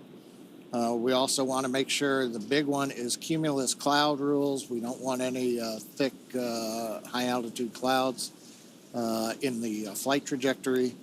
And then, of course, continuing to watch the winds, but that looks to be pretty good. And if the rain dissipates and goes away, then the electric field intensity, which is currently green and go for launch, should also stay that way. So fingers crossed that the weather will continue to improve and we get a go here to continue through T-minus 1 hour and then prop load and take it the rest of the way on down. But right now, Kate, things are looking a little more optimistic than they were an hour or so ago. Yeah, certainly better. Hearing that we've got a 35% chance of violating the weather requirements instead of 60, that's certainly a welcome improvement. So let's talk a little bit about the research that's going to be going up. So Polaris Dawn is the first of 3 planned missions in the Polaris program, and this will conduct extensive scientific research to expand our knowledge of humans adapting, living, and working in space. Much of this research is also intended to improve our lives down here on Earth. And like all science and research, it begins with collecting tons of data, and that process started well before today. Let's take a look. We are in the Houston SpaceX office today. We are here for our what we call L-30 or launch minus 30 days data collection for all of the research that we're doing on our mission. We have about 40 experiments, and a number of those require data collection pretty close to launch date. And so we are doing all of that data collection today, as well as doing some refresher training just to make sure we're really sharp on all of our procedures when we go to flight. There's a lot of steps for each one of these science experiments. They're beneficial for not only improving and enhancing healthcare here on Earth, but it helps us continue this progression with space exploration. What Kid and Anna are doing with the endoscope up through the nose and looking down at the vocal cords, I mean, that is not something easy to perform, in a hospital environment, let alone in space. They certainly stand to learn a lot from it.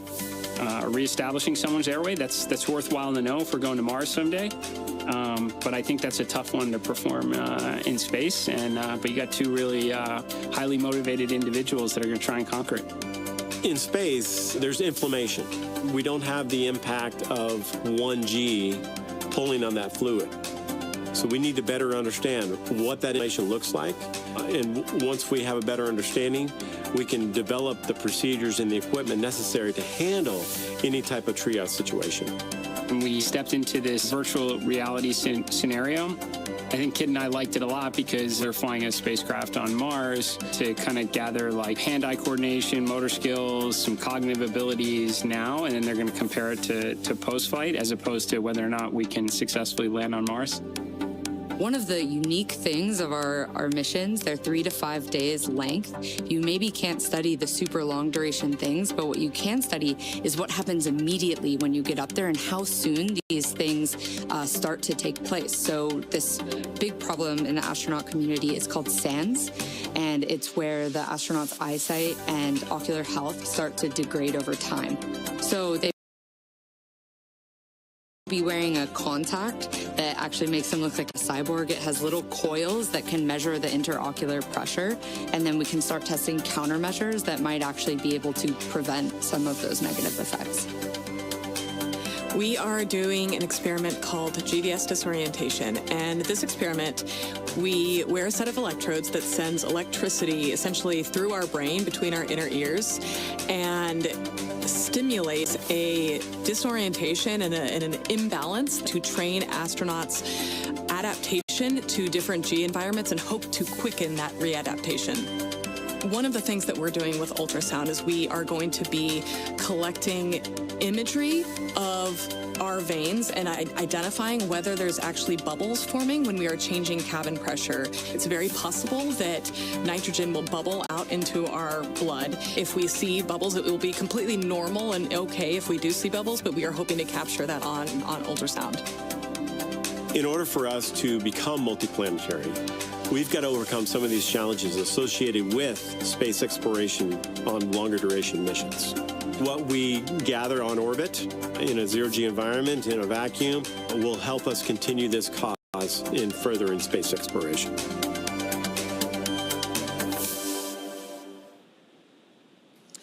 To date, Dragon has carried more than 1,000 research experiments to and from low Earth orbit and the International Space Station since 2012.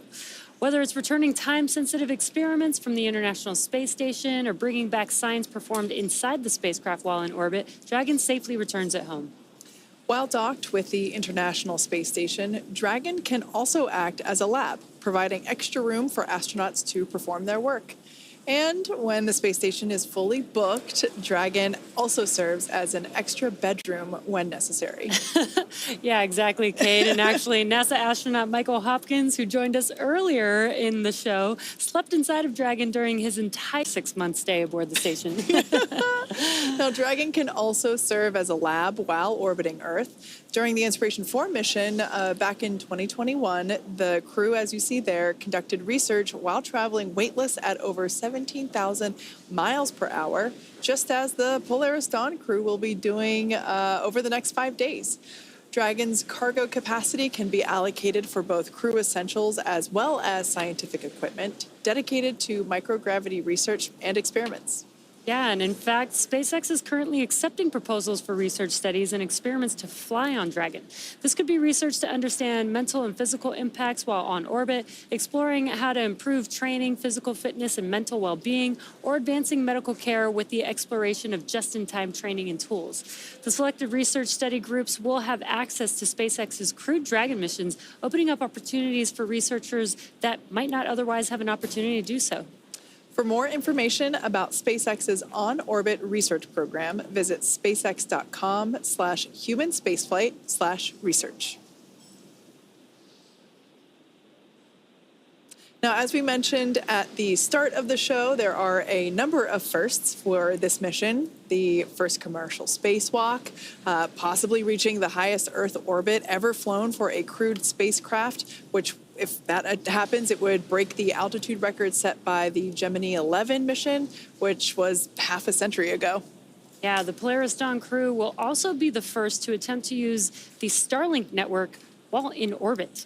Dragon is carrying what we are calling a Starlink plug-and-placer. And Dragon, we are cycling the orbit tank isolation valves again to equalize the low-flow pressure system.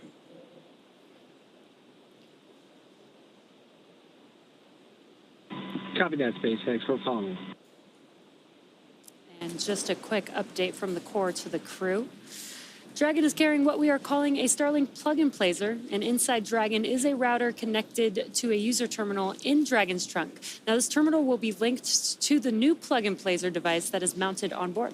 And all of this will be responsible for establishing and maintaining a laser communications link with Starlink satellites, which will be in orbit about 200 kilometers below Dragon. Using this hardware, Dragon will attempt to talk to Starlink the same way Starlink satellites talk between themselves with lasers. No one has ever flown a laser communication system on a human-rated spacecraft before, so there's a lot to be learned. If this works, the plug-and-placer could provide the first high-speed internet experience for people traveling in space. Yeah, this technology will also help here on Earth by facilitating healthcare access and connectivity to underserved communities around the world. The Polaris program is donating Starlink to St. Jude Global partners in 5 countries. Strong, reliable internet will help support the St. Jude Global mission by providing partners greater access to online medical conferencing, case and imaging sharing, and diagnostic assistance. Hospitals and foundations that are part of the pilot program will be able to provide better care to patients thanks to high-speed, low-latency broadband internet. The first countries selected to receive Starlink include the Philippines, Brazil, Chile, Peru, and Mozambique. The Polaris team is also donating Starlink to 100 schools in Chile and Brazil, striving to increase internet connectivity, which can improve education and telemedicine efforts for communities in need. The Polaris Dawn crew actually had a chance to hear from the students in Chile after Starlink was installed.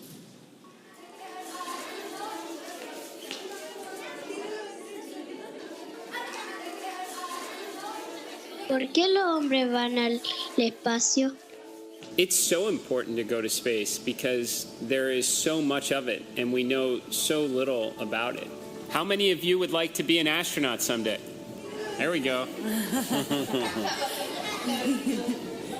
How many of you want to go with us on our mission? They all want to go. Starlink is also enabling the rapid development of SpaceX's Starship vehicle, which just completed its 4th flight test in June. Starlink on Starship once again enabled real-time telemetry and live high-definition video throughout every phase of entry, with external cameras providing views all the way to the flight's conclusion. Down at Starbase Texas, we're continuing to build, test, and fly the world's most powerful launch vehicle ever developed. SpaceX's ultimate goal is to make life multiplanetary, and Starship is the vehicle that will get us there. Starship is a fully reusable transportation system designed to carry a massive amount of cargo and large numbers of people to Earth orbit, the Moon, Mars, and beyond. Starship will be capable of carrying up to 200 metric tons to orbit and up to 100 passengers.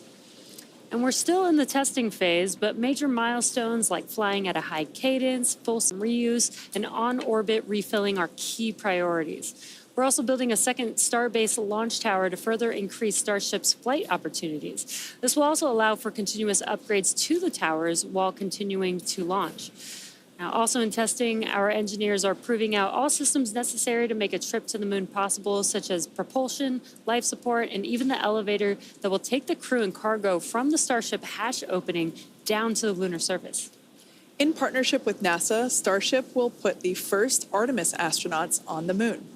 The vehicle will perform one uncrewed demonstration flight before the Artemis 3 mission. You are go for section 5 of 4.100. Report when you are go for launch. Any copy that, SpaceX. We're stepping into section 5, 4.100. All right, so just the core syncing up with the crew, informing them that we are continuing with the launch countdown.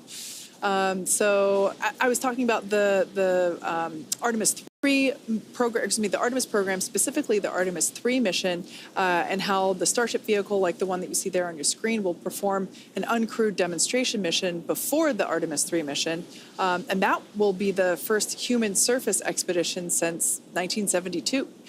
With the ability to deliver cargo and people to the lunar surface. SpaceX, section 5, 4.100. Crews go for launch.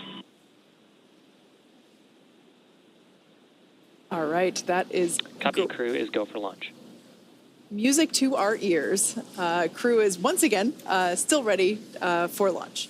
So with the ability to deliver cargo and people to the lunar surface, we'll be ready to help humanity build a sustainable presence on the moon and learn how to live off-world before the next step to Mars. When the time comes for humans to explore the moon and beyond, they'll have to take everything with them for a surface expedition. Building bases or even cities will require huge amounts of cargo and eventually crew, and that's where Starship comes in. This year is shaping up to be a busy one for Starship. As we mentioned, we completed the fourth flight test of Starship on June 6th down in Starbase, Texas, as you see there. The Super Heavy booster lifted off successfully and completed a full duration ascent burn. Starship executed another successful hot stage separation, powering down all but 3 of Super Heavy's Raptor engines and successfully igniting the 6 second stage Raptor engines before separating the vehicles. Following separation, the Super Heavy booster successfully completed its flip maneuver and boost back burn to send it back towards its splashdown zone.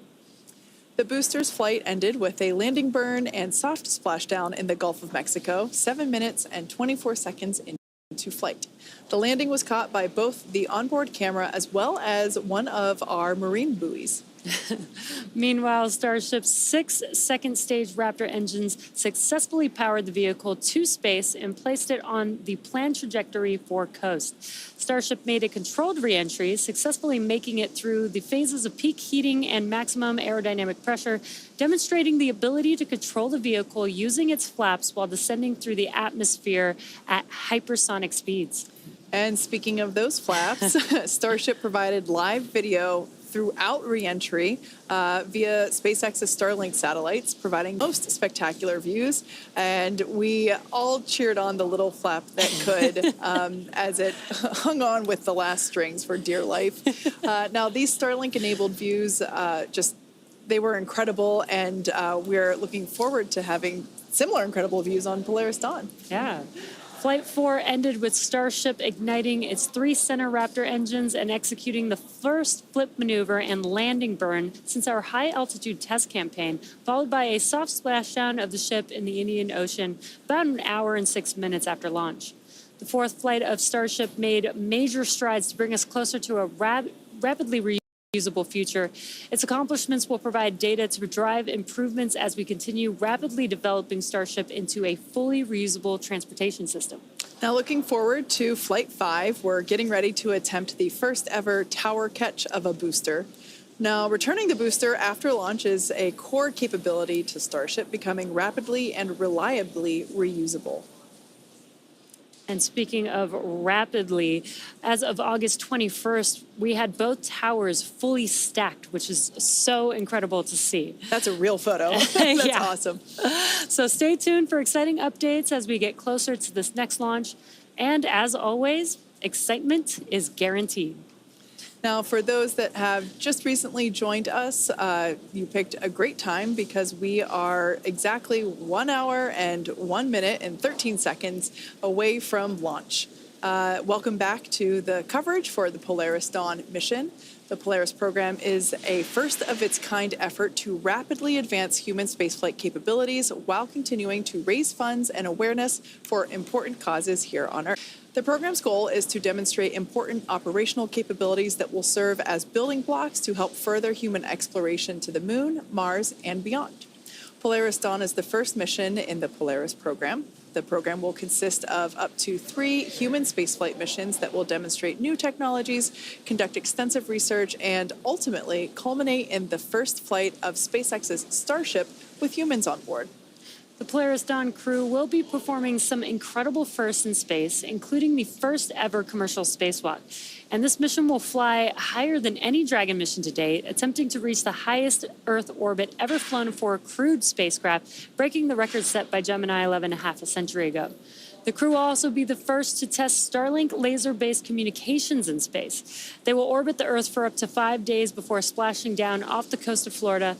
And over the course of their mission in orbit, the crew will conduct a wide range of research in microgravity designed to advance both human health on Earth and our understanding of human health during future long-duration spaceflights. Now, liftoff time is still holding for 5:23 a.m. Eastern, and we're currently tracking no technical issues with Falcon 9 or Dragon. The range is green, and weather at the moment is cooperating, but the last POV that we had was 35%, and we heard that it was going to improve as we get closer to T0, so fingers crossed it stays that way. Now, over the last more than 3 hours, I think more like 5 hours at this point, the Polaris Dawn crew donned their SpaceX suits and were then transported to the pad where our crew entered Dragon spacecraft, the one that you see there on your screen. Since arriving at the spacecraft, the crew were helped by our closeout team to get in their seats, those seats that you see there, attach their suits to the special umbilicals that provide breathing air and communication link to Dragon systems. They conducted successful leak checks and communications checks with the core here in Hawthorne, and that is the person who they will be speaking to directly throughout the mission. That stands for Crew Operations Resource Engineer. Yeah, and the closeout team was able to seal the hatch, which also gets its own leak check. And the closeout team has already departed the pad. Once that hatch was sealed, they were able to clear the area and clear the pad. And now we've been doing some weather checks as we got closer and closer to T0. So again, we will be doing another final go, no go for launch. Before we get to that final go, no go, the next team will do an internal poll, making sure that conditions are right with Falcon 9, Dragon, the crew, the range, and the weather, of course. T-minus 1 hour until liftoff is the final evaluation checkpoint, or the last opportunity for the SpaceX team to adjust the launch time if it's needed. And with everything so far on track, let's take a moment to meet the crew that will be flying today. The Polaris Dawn mission has many time objectives, so the Polaris program chose a crew of experts who know each other well and have a foundation of trust that they can build upon as they undertake challenges of this mission. Mission Commander Jared Rook Isaacman served as commander of Inspiration 4, the world's first all-civilian mission to space. Jared holds for a weather update.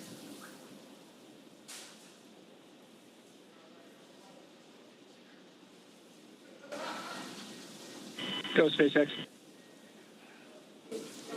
Dragon, we are currently go for launch. Updated probability of violation is 20%. So with that, we are going to be pressing towards T02. We'll keep you updated if any other weather comes through.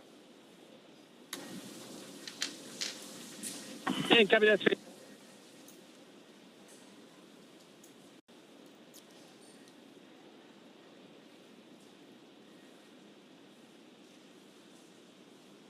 So as we just heard, our opportunity for launching is sounding better and better. The probability of violation for weather rules has decreased from 35% probability to 20%. So that is excellent news. Now, let's talk a little bit about our mission commander, Jared Rook-Isaacman. He served as commander of Inspiration 4, the world's first all-civilian mission to space. Jared holds several world records, including 2 speed around the world flights in 2008 and 2009 for the Make-A-Wish Foundation. He has flown in over 100 air shows as part of the Black Diamond Jet team, dedicating every performance to charitable causes. In 2011, Jared co-founded what would become the world's largest private air force, Draken International, and that trains pilots for the U.S. Armed Forces. In addition to his role as CEO of Shift 4, Jared is an accomplished pilot and astronaut with over 7,000 flight hours. Mission pilot Scott Poteet served as mission director of Inspiration 4, and he goes by his call sign, Kid. A retired U.S. Air Force Lieutenant Colonel, Kid served for 20 years in roles that included commander of the 64th Aggressor Squadron, Thunderbird No. 4 demonstration pilot, U.S. Air Force Weapons School graduate, operational test and evaluation pilot, and flight examiner. Kid is a command pilot with over 3,200 flying hours and has logged over 400 hours of combat time. Following his Air Force career, Kid served in various roles, including VP of Strategy at Shift 4. Mission specialist Sarah Cooper-Gillis is a lead space operations engineer at SpaceX, responsible for overseeing the company's astronaut training program. She helped prepare NASA astronauts for the Demo 2 and Crew 1 missions, and most recently directly trained the Inspiration 4 astronauts. Sarah is an experienced mission control operator who has supported real-time ops for Dragon's cargo resupply missions to and from the International Space Station as a navigation officer and as a crew communicator for Dragon's human spaceflight missions. In 2015, while studying at the University of Colorado Boulder, Sarah started an internship at SpaceX before moving into the astronaut training program full-time. And to cap off the Polaris Dawn crew, mission specialist and medical officer Anna Walker-Menon, who also serves as a lead space operations engineer at SpaceX, where she manages the development of the crew operations and works in mission control as both a mission director and crew communicator.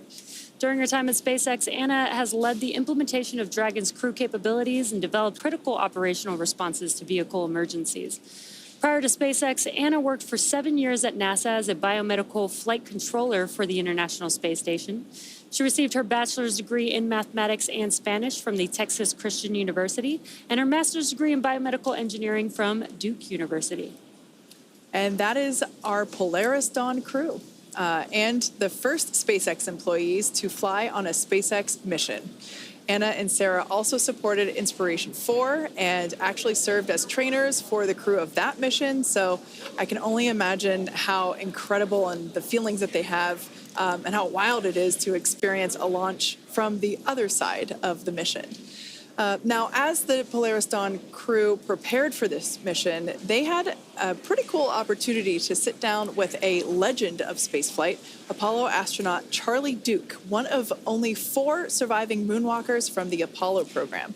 He flew on the Apollo 16 mission to the lunar surface in 1972, and more than 50 years later, he had some great advice for our crew in advance of the first ever commercial spacewalk.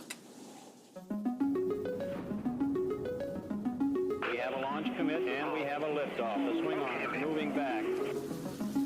I can see all the way to the ground, just like on the LTV. Piece of cake.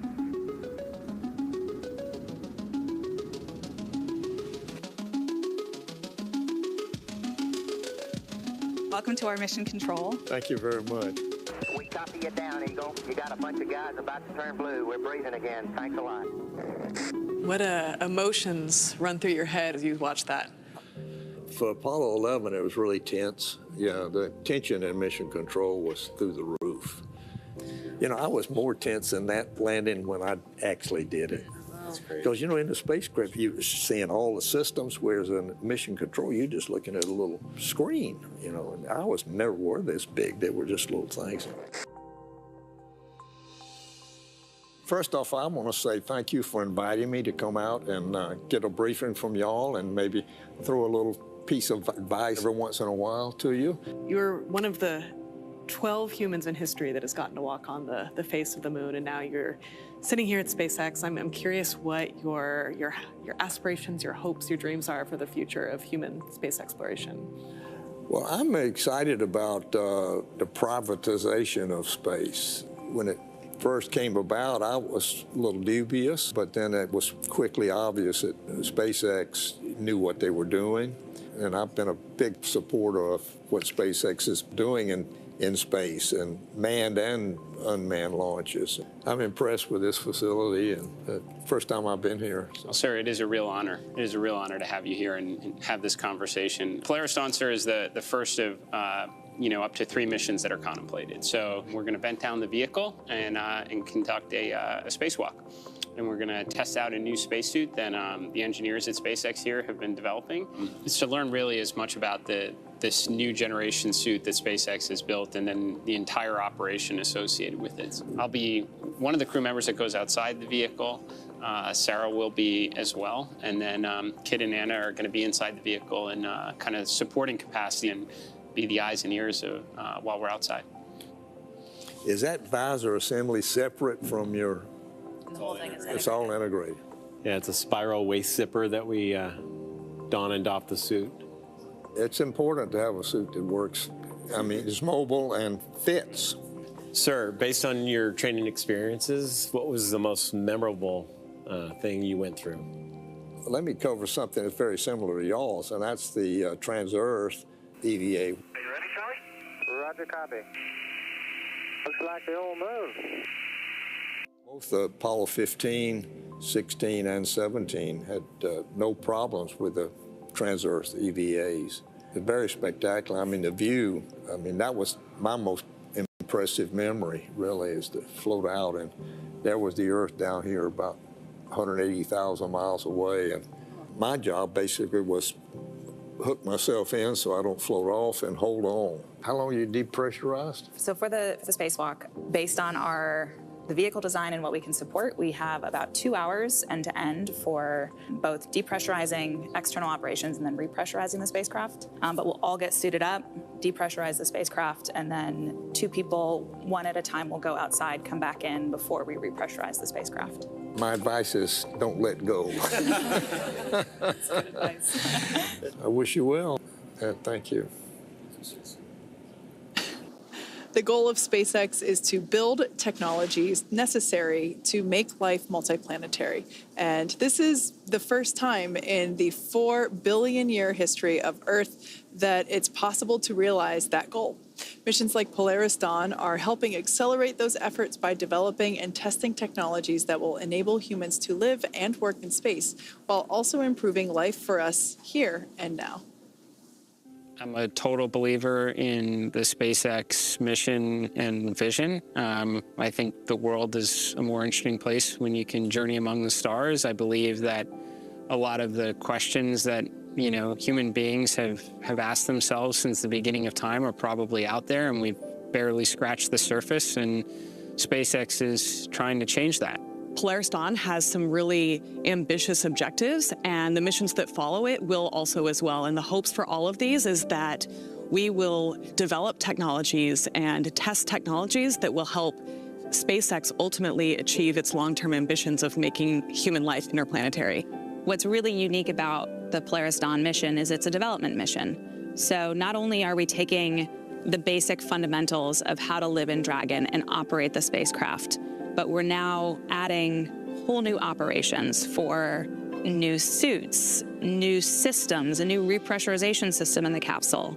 There are whole new procedures for executing the spacewalks. We are doing incredible things, and we are changing the world, and we are making history. The men and women of this organization, the level of intelligence, it's unmatched. And that's why we're so passionate about our mission and about what SpaceX is continuing to do with their vision to further space exploration. There's a lot of things that you can be on either side of debate on, but for sure, it's okay to put a small percentage of our resources in advancing our species, and along the way, completely change the trajectory for humans on this planet in a positive way. And we can try and fix some of the day-to-day problems too. It doesn't have to be this either or, but yet so often it is.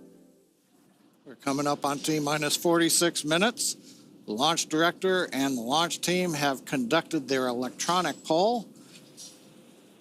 The launch director has also checked with the Dragon mission director for their readiness. Everything continues to look good. We're going to be hearing some instructions from the SpaceX launch director.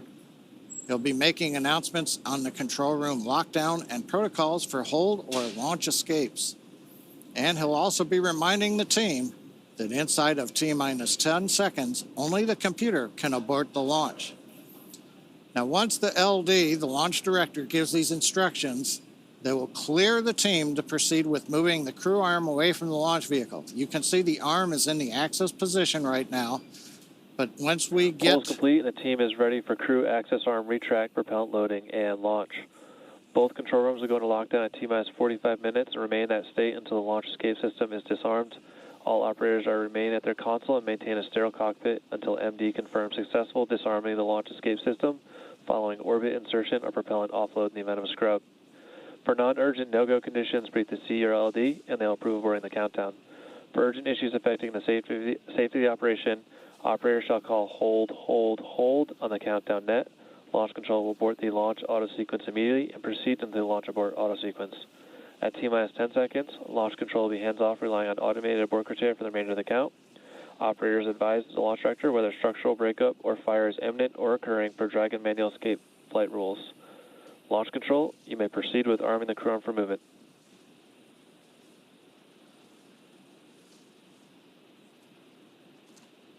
We've heard the instructions. We're waiting to hear them inform the crew that access arm retract has started. We're also watching on the monitors as we see the crew access arm, waiting for it to begin into motion.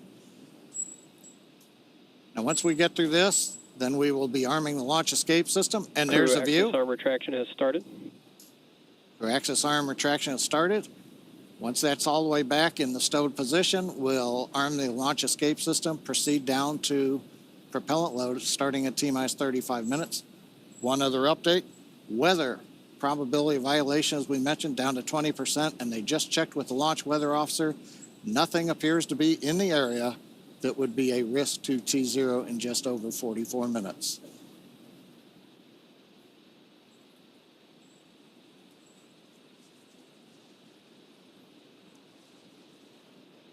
And Jesse, you can see crew access arm starting to come back now.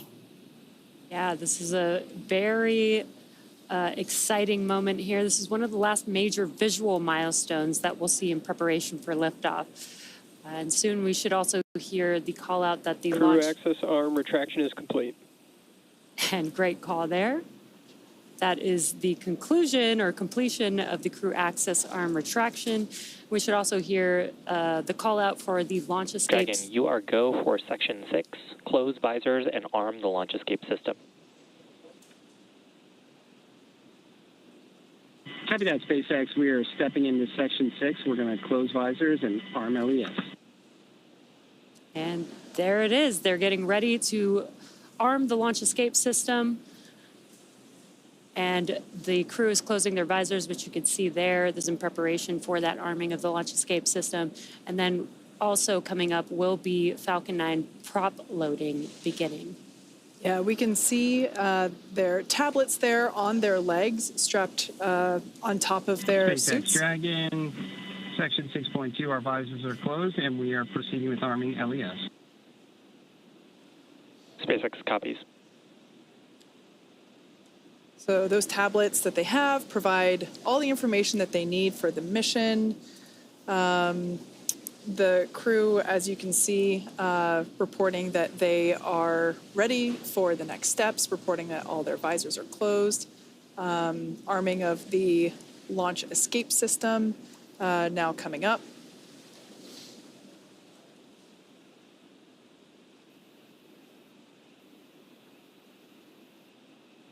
And we're just waiting for the call out.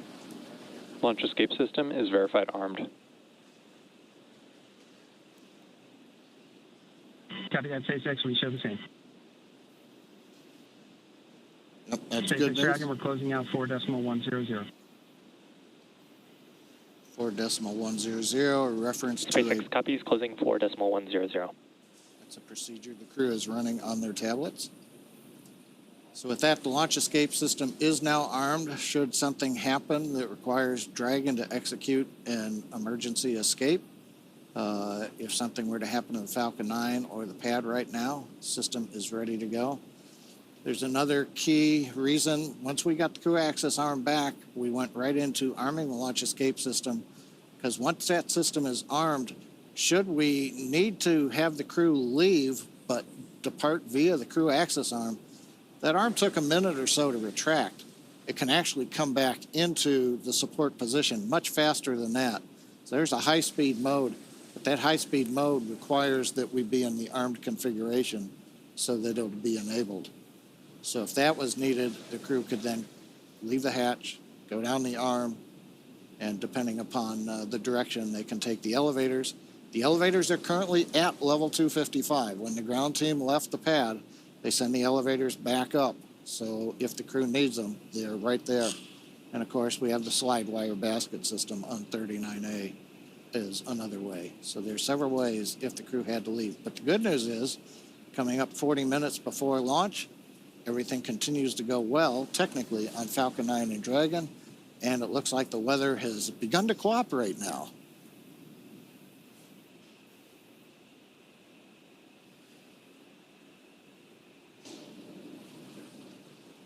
Now, next major event coming up at T-minus 35 minutes will be the start of propellant loading on Falcon 9. Once we get into that, then we're committed to the T0, even though there's still more time in the window and a third launch opportunity if we need it. We would not be able to take advantage of that if we get propellant going into the Falcon 9. Again, the views from 39A, the arm is retracted. You can't tell it, but launch escape system is armed on the Dragon spacecraft.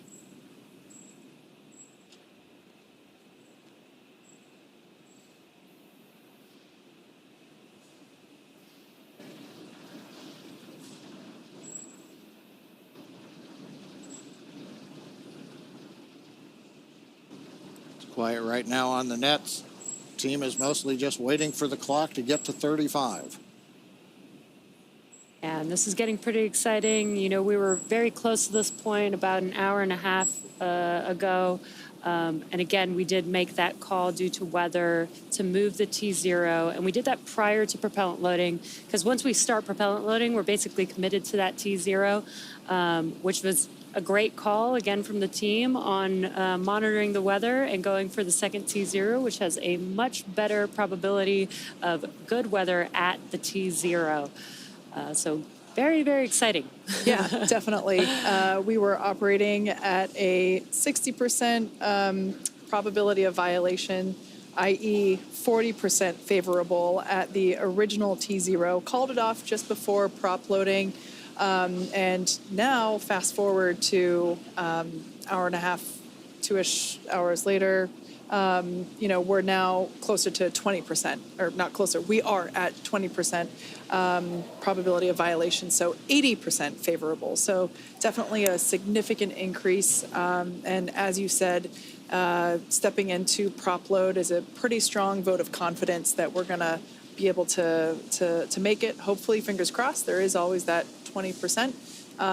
But we are optimistic that we're going to see our Polaris Dawn crew in orbit sooner than later. And it shows, you know, this is a perfect example of, you know, why we have all these procedures and these milestones where we're checking in throughout the countdown to make sure that, you know, we have opportunities to make the right decision, again, for safety being the number one thing that we're always looking out for, especially with crew on board, but just for any mission. And we were able to... tanks will vent for the start of propellant load in 5 seconds.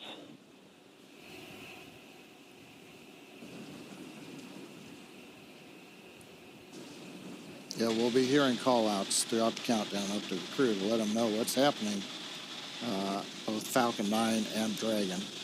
And then we'll also hear call-outs on SM.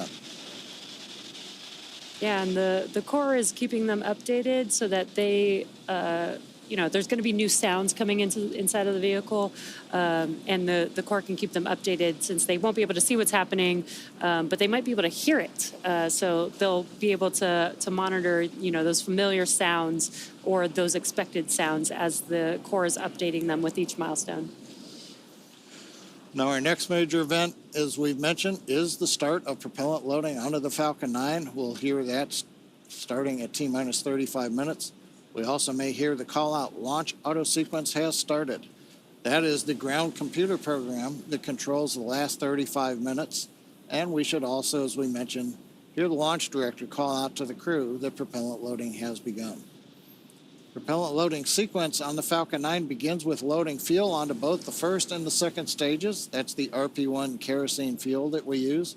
We'll also begin with liquid oxygen loading onto the first stage. Now, the second stage fuel loading will finish up fairly quickly at about T-minus 20.5 minutes. And then 4 minutes after that, we'll begin loading liquid oxygen onto the second stage. But right now, T-minus 35 minutes, 30 seconds. Everything continues to go well. We're waiting for the handover from the countdown master sequence to the launch automatic sequence to begin propellant loading. Once that begins, that'll commit us to a launch early this morning here at Pad 39A in Florida.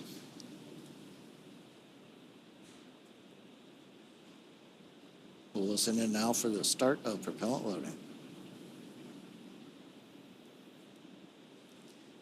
The launch auto sequence has started. And great call out there. We just heard that the launch auto sequence has begun. This means that propellant loading has begun on Falcon 9. Now we are T-minus 34 minutes and 45 seconds from liftoff. Dragon was loaded with its propellants about a couple weeks ago, just a few miles down the road at what we call Dragon Land. In order to fly, Dragon needs a fuel and an oxidizer. And for the fuel, we use monomethylhydrazine, or MMH, and nitrogen tetroxide, or NTO, for the oxidizer. Now, together, these propellants feed the Draco engines that maneuver Dragon on orbit, as well as the 8 Super Draco engines that would power the launch escape system in an abort scenario. And again, now that fueling for Falcon 9 has started, that means the 8 Super Draco engines inside Dragon are ready, if needed, to launch the capsule away from the Falcon 9 rocket in an instant, should there be any kind of emergency associated with the rocket or the pad. Now, some of you are very familiar with the vehicles on the launch pad today, but for those of you who aren't, no worries. We're about to make you instant experts. Now, on the left side of your screen is a live view of our Falcon 9 rocket with the Dragon spacecraft on top. Together, they stand about 229 feet tall. Falcon 9, of course, is a reusable 2-stage rocket, which means it's kind of like 2 rockets in one, the first stage and the second stage. The first stage is the bottom 2/3 of the vehicle. You can see soot from the previous 3 missions that this booster has flown, and those missions include NASA Crew 8 as well as 2 Starlink missions. The first stage is responsible for accelerating Falcon and Dragon through Earth's atmosphere and into space. To do that, it has 9 Merlin engines at the bottom of the stage. Prior to liftoff, the Falcon 9 first stage is loaded up with nearly 1 million pounds of fuel and liquid oxygen.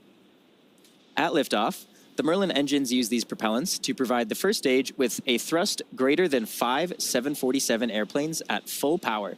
These engines consume about 700 gallons of fuel per second. The first stage accelerates the vehicle through the Earth's atmosphere into space, and then separates from the rest of the rocket at just about 2.5 minutes into flight. From there, the first stage will do what no other orbital-class rocket in the world can do. It will make its way back down to Earth and target a landing on our drone ship. Just read the instructions, which you can see there on your screen. And this drone ship is currently parked in holding position a couple hundred miles downrange in the Atlantic Ocean. Our drone ships are essentially autonomous powered spaceports, and they allow our rocket to land offshore. For reference, our drone ships are about the size of a football field, so while they may look small on screen, they're actually pretty big in real life. Reusability is a critical part of our goal of making life multiplanetary. And to that end, we're working toward qualifying our fleet of Falcon boosters and fairings to support up to 40 missions each. As mentioned previously, Falcon 9 is a 2-stage rocket, and above the first stage is the second stage. The second stage has a single Merlin vacuum, or MVAC engine, and this engine ignites after stage 1 separates from stage 2. The second stage is essentially a smaller version of the first stage, and while the first stage gets us out of the Earth's atmosphere and away from the extreme forces of gravity, the second stage is designed to operate in the vacuum of space and deliver payloads, like Dragon today, to their target drop-off orbit. And of course, we have a great team here at SpaceX that will be monitoring both Falcon 9 and Dragon after liftoff.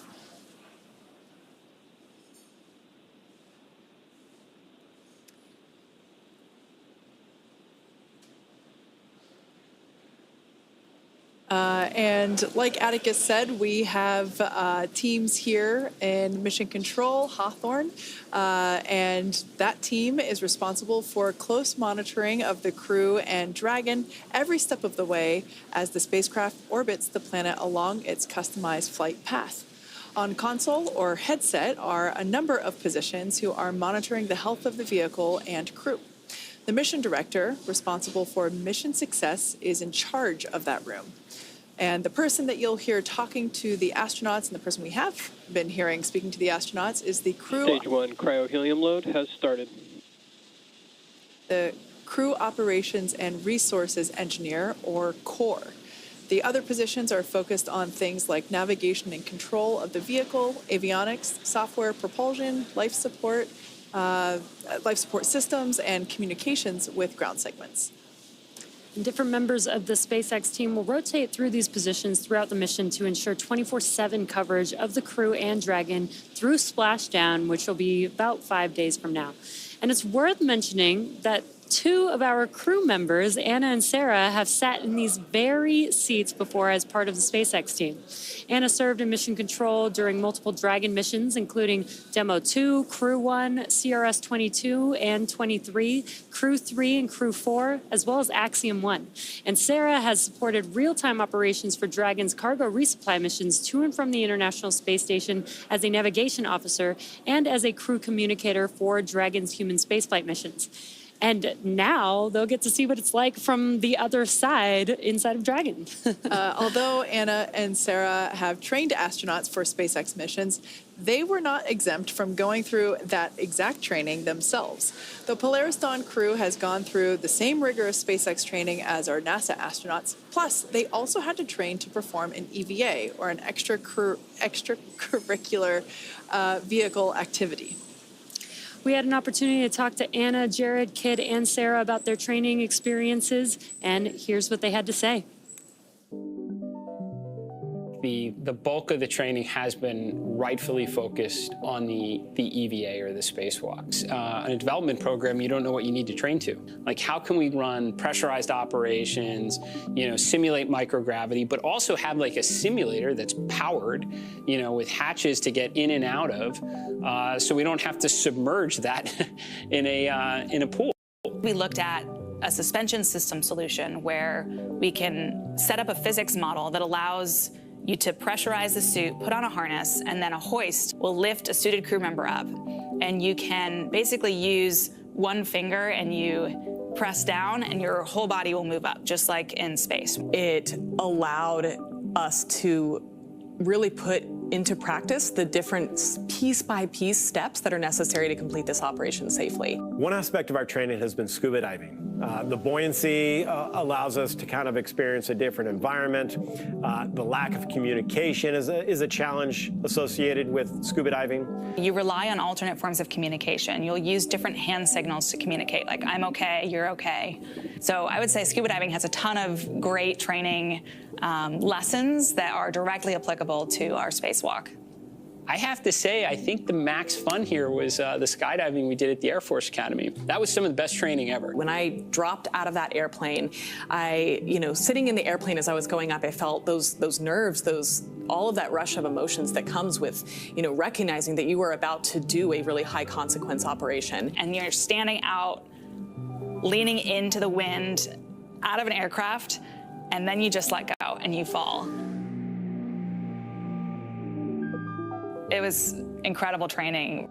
some of the most memorable training we've done. For the centrifuge training, the purpose is to go through both a launch and a reentry as well as a launch escape mission profile in this human centrifuge that's spinning you around and imparting forces on your body that are similar to the ones that we will experience when we go through those operations actually in space.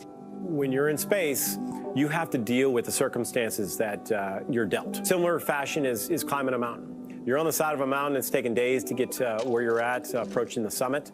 You're dehydrated, you're hungry. You learn to manage those stressors. And those are all good preparation techniques in getting ready for space exploration. We've had it all. We've had unbelievable, highs, and we've had, lows.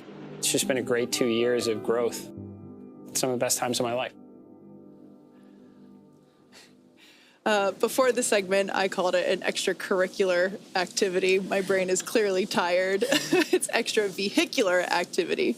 And as we mentioned earlier, much of the training that the crew went through was to prepare them to perform that extravehicular activity, or an EVA.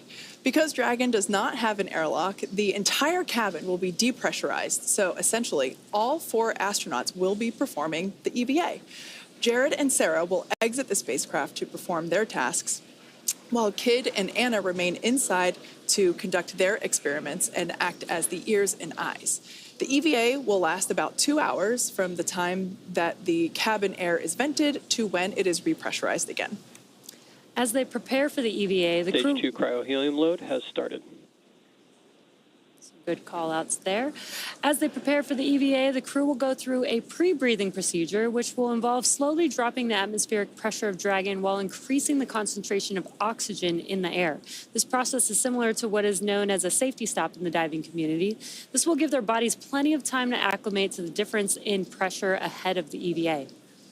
SpaceX designed the EVA suits for the Polaris crew, and they'll wear it during the spacewalk. The EVA suits protect the crew inside the spacecraft while also allowing them to leave the spacecraft when needed. Upgrades include new joint designs that remain soft until pressurized while maintaining mobility, improved thermal management, and an upgraded helmet with an exterior coating that acts like a sun visor, along with a camera and heads-up display that provides information on the status of the suit during the spacewalk. Let's take a look at the making of the suits that our crew will be wearing during the first ever commercial EVA. An EVA suit is an extravehicular activity suit, which is a spacesuit that can go outside of the spacecraft to do a spacewalk. We started with the IVA suit that we have, the intravehicular activity suit, as a kind of starting point, and looked at it and said, what would we have to change about this to be able to support a spacewalk? So the first is mobility. The crew will have to do a lot of moving around inside of Dragon to get outside and do the spacewalk. We had to add in new joints and new features in the suit to allow them enhanced mobility while the suit's pressurized. When a crew member is pressurized in the suit, the soft portions of the suit become rigid. They need actual flexure and rotational joints to allow them to move around. It's kind of like a suit of armor made of fabric. We innovated in flexure joints to allow easy bending at the elbows and the knees, as well as a collapsible rotator joint that exists on the shoulder, which allows the suit to remain nearly fully soft, but when pressurized is a rotational bearing. The difference between the IVA and the EVA suit is that on the IVA suit, the zipper system location is in the inseam. But since we needed to have lots of mobility on our EVA suit, that was not their choice. By moving the zipper system from the inseam to the waist, we mitigated the risk of the stress of the zipper. Another big element was also the thermal side of things. The crew is obviously exposed to a much more extreme thermal environment during the EVA, so we want to make sure that the inside of the suit is comfortable for them, and that as they interface with parts of the vehicle, that is safe for them to touch as well. The EVA suit is built and designed here at SpaceX in Houghton, California. We wanted to have something that's easy manufactured that we can handle here in-house. So we developed this new material, so it's fabric-based. We actually added a new layer to the suit, which we refer to as the Faraday layer. And this is a conductive cage around the suit that shields the suit from external electric fields. The helmet on the EVA suit looks very similar to the IVA suit, but it is really an all-new design of that helmet. It's much more robust from a thermal structural perspective since it will be taking more extreme temperatures. We are really excited to introduce this new single-pane visor helmet to the world of spacesuits. The EVA suit visor is made of polycarbonate and is coated with copper and ITO, or indium tenoxide. These two coatings together reflect the sun away from the crew, as well as reflecting infrared heat back to the crew when they are facing deep space. Our suit has a HUD, or heads-up display, which is a small display screen in the helmet, which is transparent, which allows the crew to see through the display to have unfettered access during their EVA, but it also provides critical telemetry to the crew, so pressure, temperature, relative humidity. We're trying to improve the technology and streamline it in one way, and at the same time, we're also trying to get it more and more manufacturable with each generation. The ultimate goal is that you can put on a spacesuit and go out and get work done anywhere in the solar system and not feel like you're wearing anything more than you normally wear every day.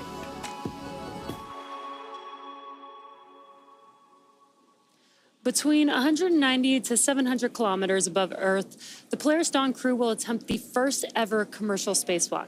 Here's how it all came together. EVA stands for extravehicular activity, and it's any sort of operation in space where a human is getting out of the spacecraft. So in the case of Polaris Dawn, we're going to be testing the mobility of the suit. We're going to see if the in-space operation matches the training we've done here in Hawthorne. There's really a lot of different things that can happen during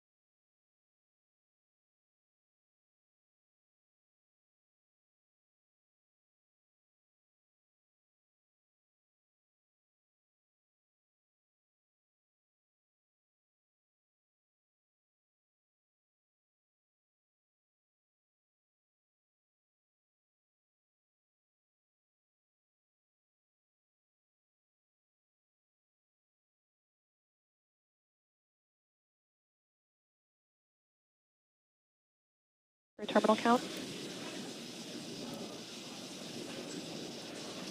So we've heard the call out. Dragon's configured for the last 5 minutes of the count. We're also pressurizing the second stage propellant tanks, first stage tanks. The strong back retract will be coming up next.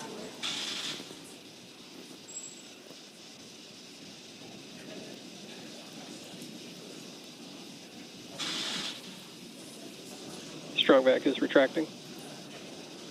All right, so there's that call out. We should begin to see it retract slightly from Falcon 9. LOX load continues on both first and second stage. Fuel loading is complete on first and second stage. We expect the LOX load to complete on first stage at T-minus 3 minutes and complete on second stage around T-minus 2 minutes. Yeah, we do try and load the liquid oxygen as close to T0 as possible. This keeps the liquid oxygen is at cryo temperature, so keeps it as cold as possible, which allows it to be as dense as we possibly can keep it while we're loading the tanks. That allows us to get a little bit more liquid oxygen into those tanks. And as Kate mentioned, at T-minus 3 minutes, we should see stage 1 liquid oxygen loading completing. And at T-minus 2 minutes, that will be stage 2 liquid oxygen loading completion. And once we hit that T-minus 2 minute mark, that will conclude propellant loading for Falcon 9. We are coming up here just about 10 seconds or so for that call out of stage 1 liquid oxygen loading.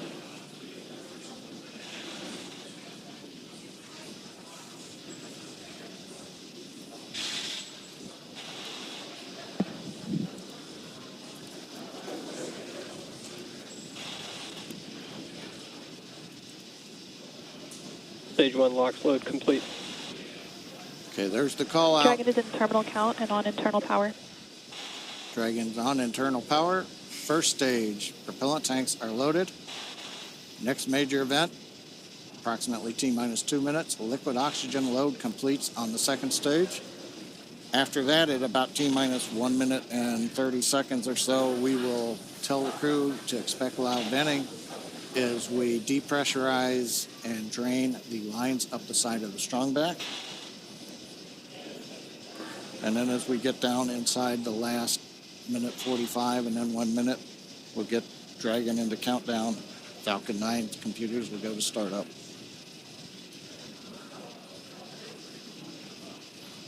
Waiting for the call out now for liquid oxygen. Stage 2 LOX load is complete.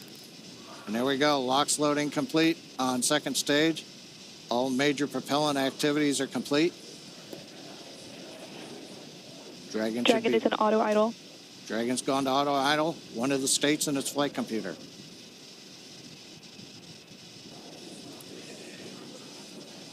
We'll begin venting down the lines. Gas closeouts are starting. Expect loud venting. There we go. So the plume you see coming off of the strong back here, that's normal. As we come up on T-minus 1 minute, we'll hear Dragon computers in the countdown, Falcon 9 computers in the countdown, flight termination system armed, and then we'll hear the goes. So let's listen in to the last 66 seconds of the countdown.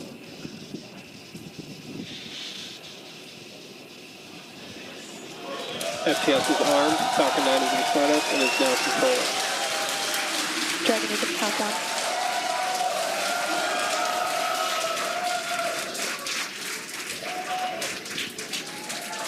Dragon, SpaceX, go for launch.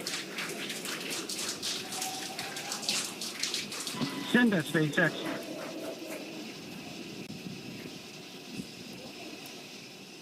T-minus 30 seconds.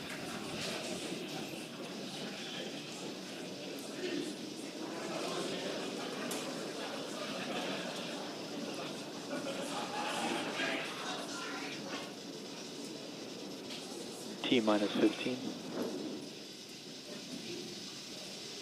T-minus 10, 9, 8, 7, 6, 5, 4, 3, 2, 1.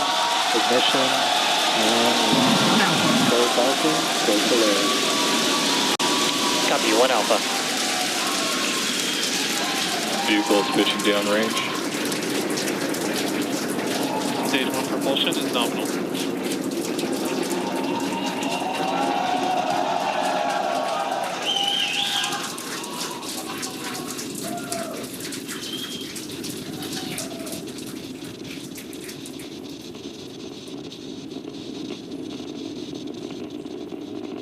T plus 35 seconds into the Polaris Dawn mission, flying crew on board Dragon and Falcon 9 to new heights. Power and telemetry nominal. And we're throttling down in preparation Throttle down. for max Q. Next call out, the vehicle supersonic. And there on the left side, we've got the Polaris Falcon 9 Dawn is crew. supersonic.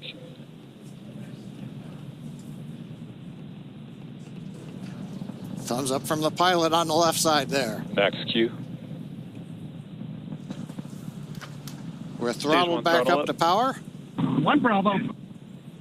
And we heard the call out 1 Bravo. Copy, 1 Bravo. That just tells the crew what would happen should they need to initiate anything. But right now, everybody making nominal callouts on Falcon 9.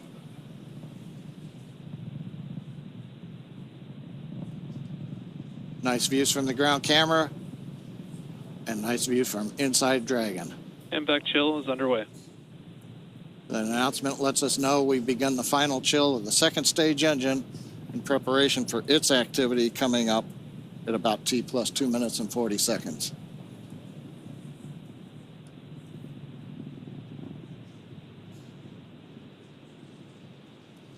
Two minutes into flight. Everything continues to look good. We'll have in half a minute 3 major activities: shutdown of the 9 Merlin 1D engines, stage Stage 1 separation, throttle down. and then ignition of the second stage engine. Throttle down, we're holding a constant acceleration now for the crew just below 4 Gs. See, we're coming up 70 kilometers.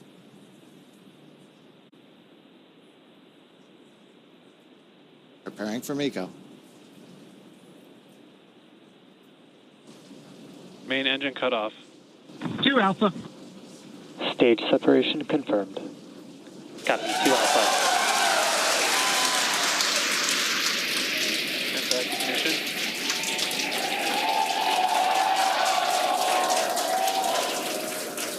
As you can tell by the cheers behind us and the views on your screen, the first stage booster now on its way to attempt landing on Just Read the Instructions.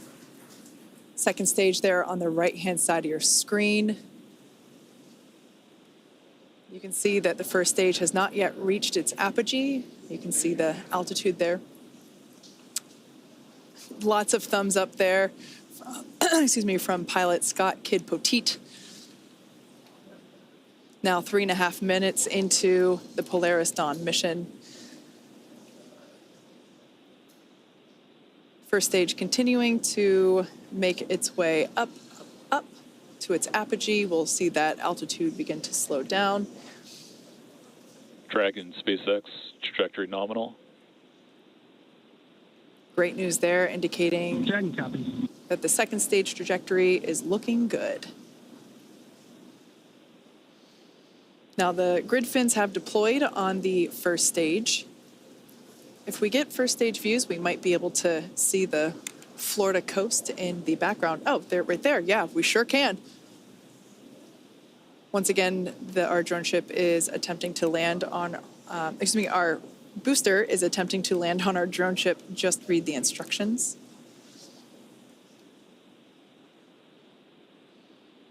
Now, the next event coming up will be the entry burn, taking place around T plus 7.5 minutes.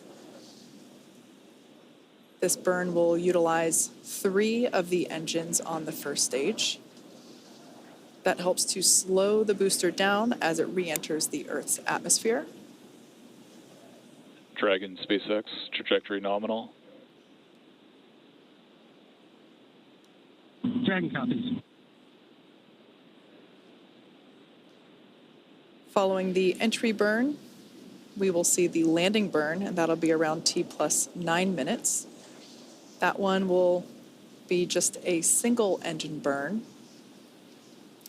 and that will bring the booster down for a soft landing on our drone ship. Around the same time as that, we expect to see Dragon be injected into orbit.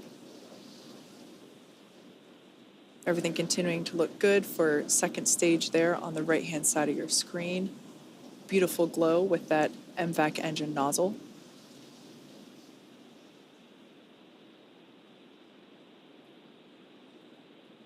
We can see the crew settling Dragon quite... SpaceX, trajectory nominal. Dragon copies. Crew seems pretty comfortable there at T plus 6 minutes. They're at about 4 Gs, and everything looks good.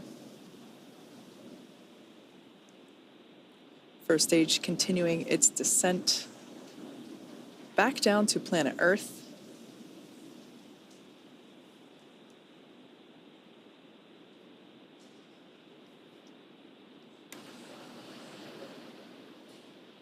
We can see the crew remain with their visors down in the locked position.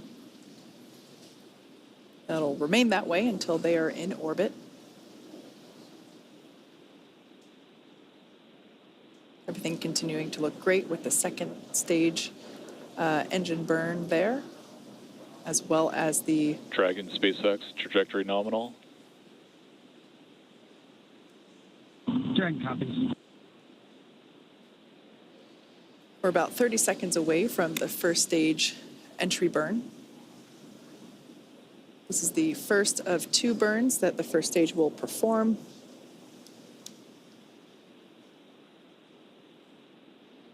Designed to help reduce the amount of drag experienced by the first stage.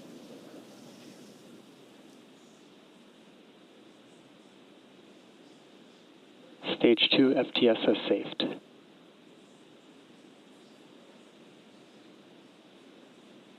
All right, standing by for entry burn begin on the first stage, there on the left-hand side of your screen.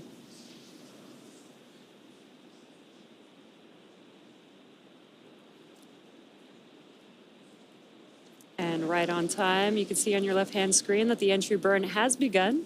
There's 3 engines lit on that first stage vehicle. And this is about a 29-second burn and helps slow the vehicle down as it's re-entering the Earth's atmosphere. There you can see that the engines have now shut down on that first stage. That concludes the entry burn. And the cool part about this, with the stage 1 vehicle returning back to Earth, is we get to fully utilize the atmosphere. The atmosphere actually... Stage 2 is in terminal guidance. The atmosphere actually scrubs about 70% of the velocity on the vehicle. So we use that entry burn to help slow the vehicle down. Then we utilize the atmosphere and the drag from the atmosphere to slow the vehicle down. And then we do have 1 single burn for the landing burn. Copy. Shannon. And next up will be SECA 1.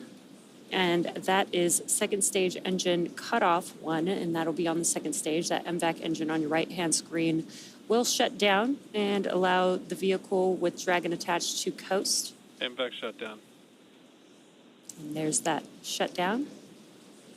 And the landing burn on the first stage should be starting up here momentarily. And there it is. Landing burn has begun for... Dragon SpaceX, nominal orbit insertion. Dragon SpaceX, launch escape system disarmed.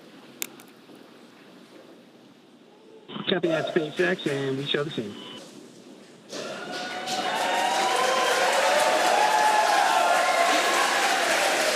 And a lot of events happening right there, but you can see that the stage 1 vehicle has touched down. Just read the instructions. A very excited crowd there. Here in Hawthorne, we've also confirmed MVAC engine shutdown and orbital insertion of the second stage with the crew on board. Yeah, honestly, a pretty impressive crowd for 2:30 in the morning here. We can see the crew enjoying their first taste of microgravity there on the left-hand side of your screen. Now that the MVAC engine has shut down, they are able to just kind of float free. We might catch a glimpse of the zero-G indicator. Can't quite tell if they've. Oh, it looks like it's in the upper right-hand corner. It'll come back into view here. Once again, they will keep their visors on until given the okay by core here on the ground.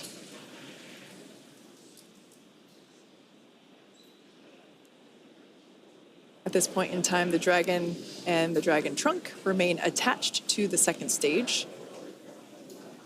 Second stage is basically safing itself in preparation for the separation from the Dragon trunk. Of course, the trunk will remain attached to the Dragon capsule all the way up until the point in which we begin re-entry operations. The trunk is what will help provide power to the Dragon capsule while it is on orbit using its solar arrays.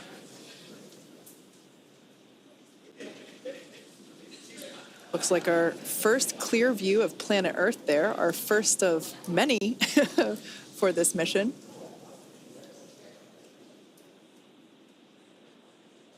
And the next event coming up will be the separation of the Dragon from the second stage.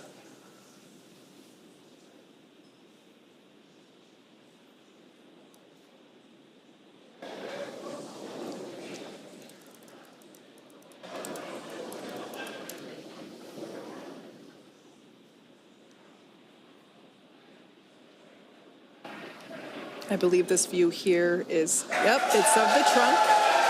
We can see it separating from the second stage. A gorgeous view.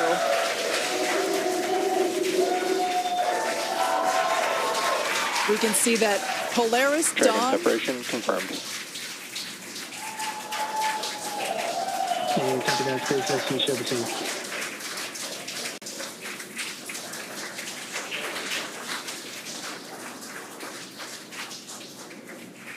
Polaris Dawn flying free into the sunrise.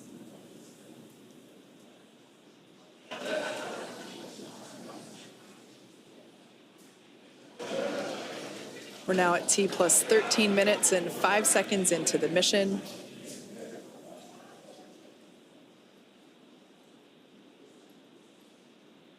Next major event will be nose cone deploy. Dragon, SpaceX. Today you embark on a journey not just for yourselves, but for all of humanity. Each of you has trained tirelessly and prepared rigorously for this moment, the moment where we reach higher into space than ever before. As you gaze towards the North Star, remember that your courage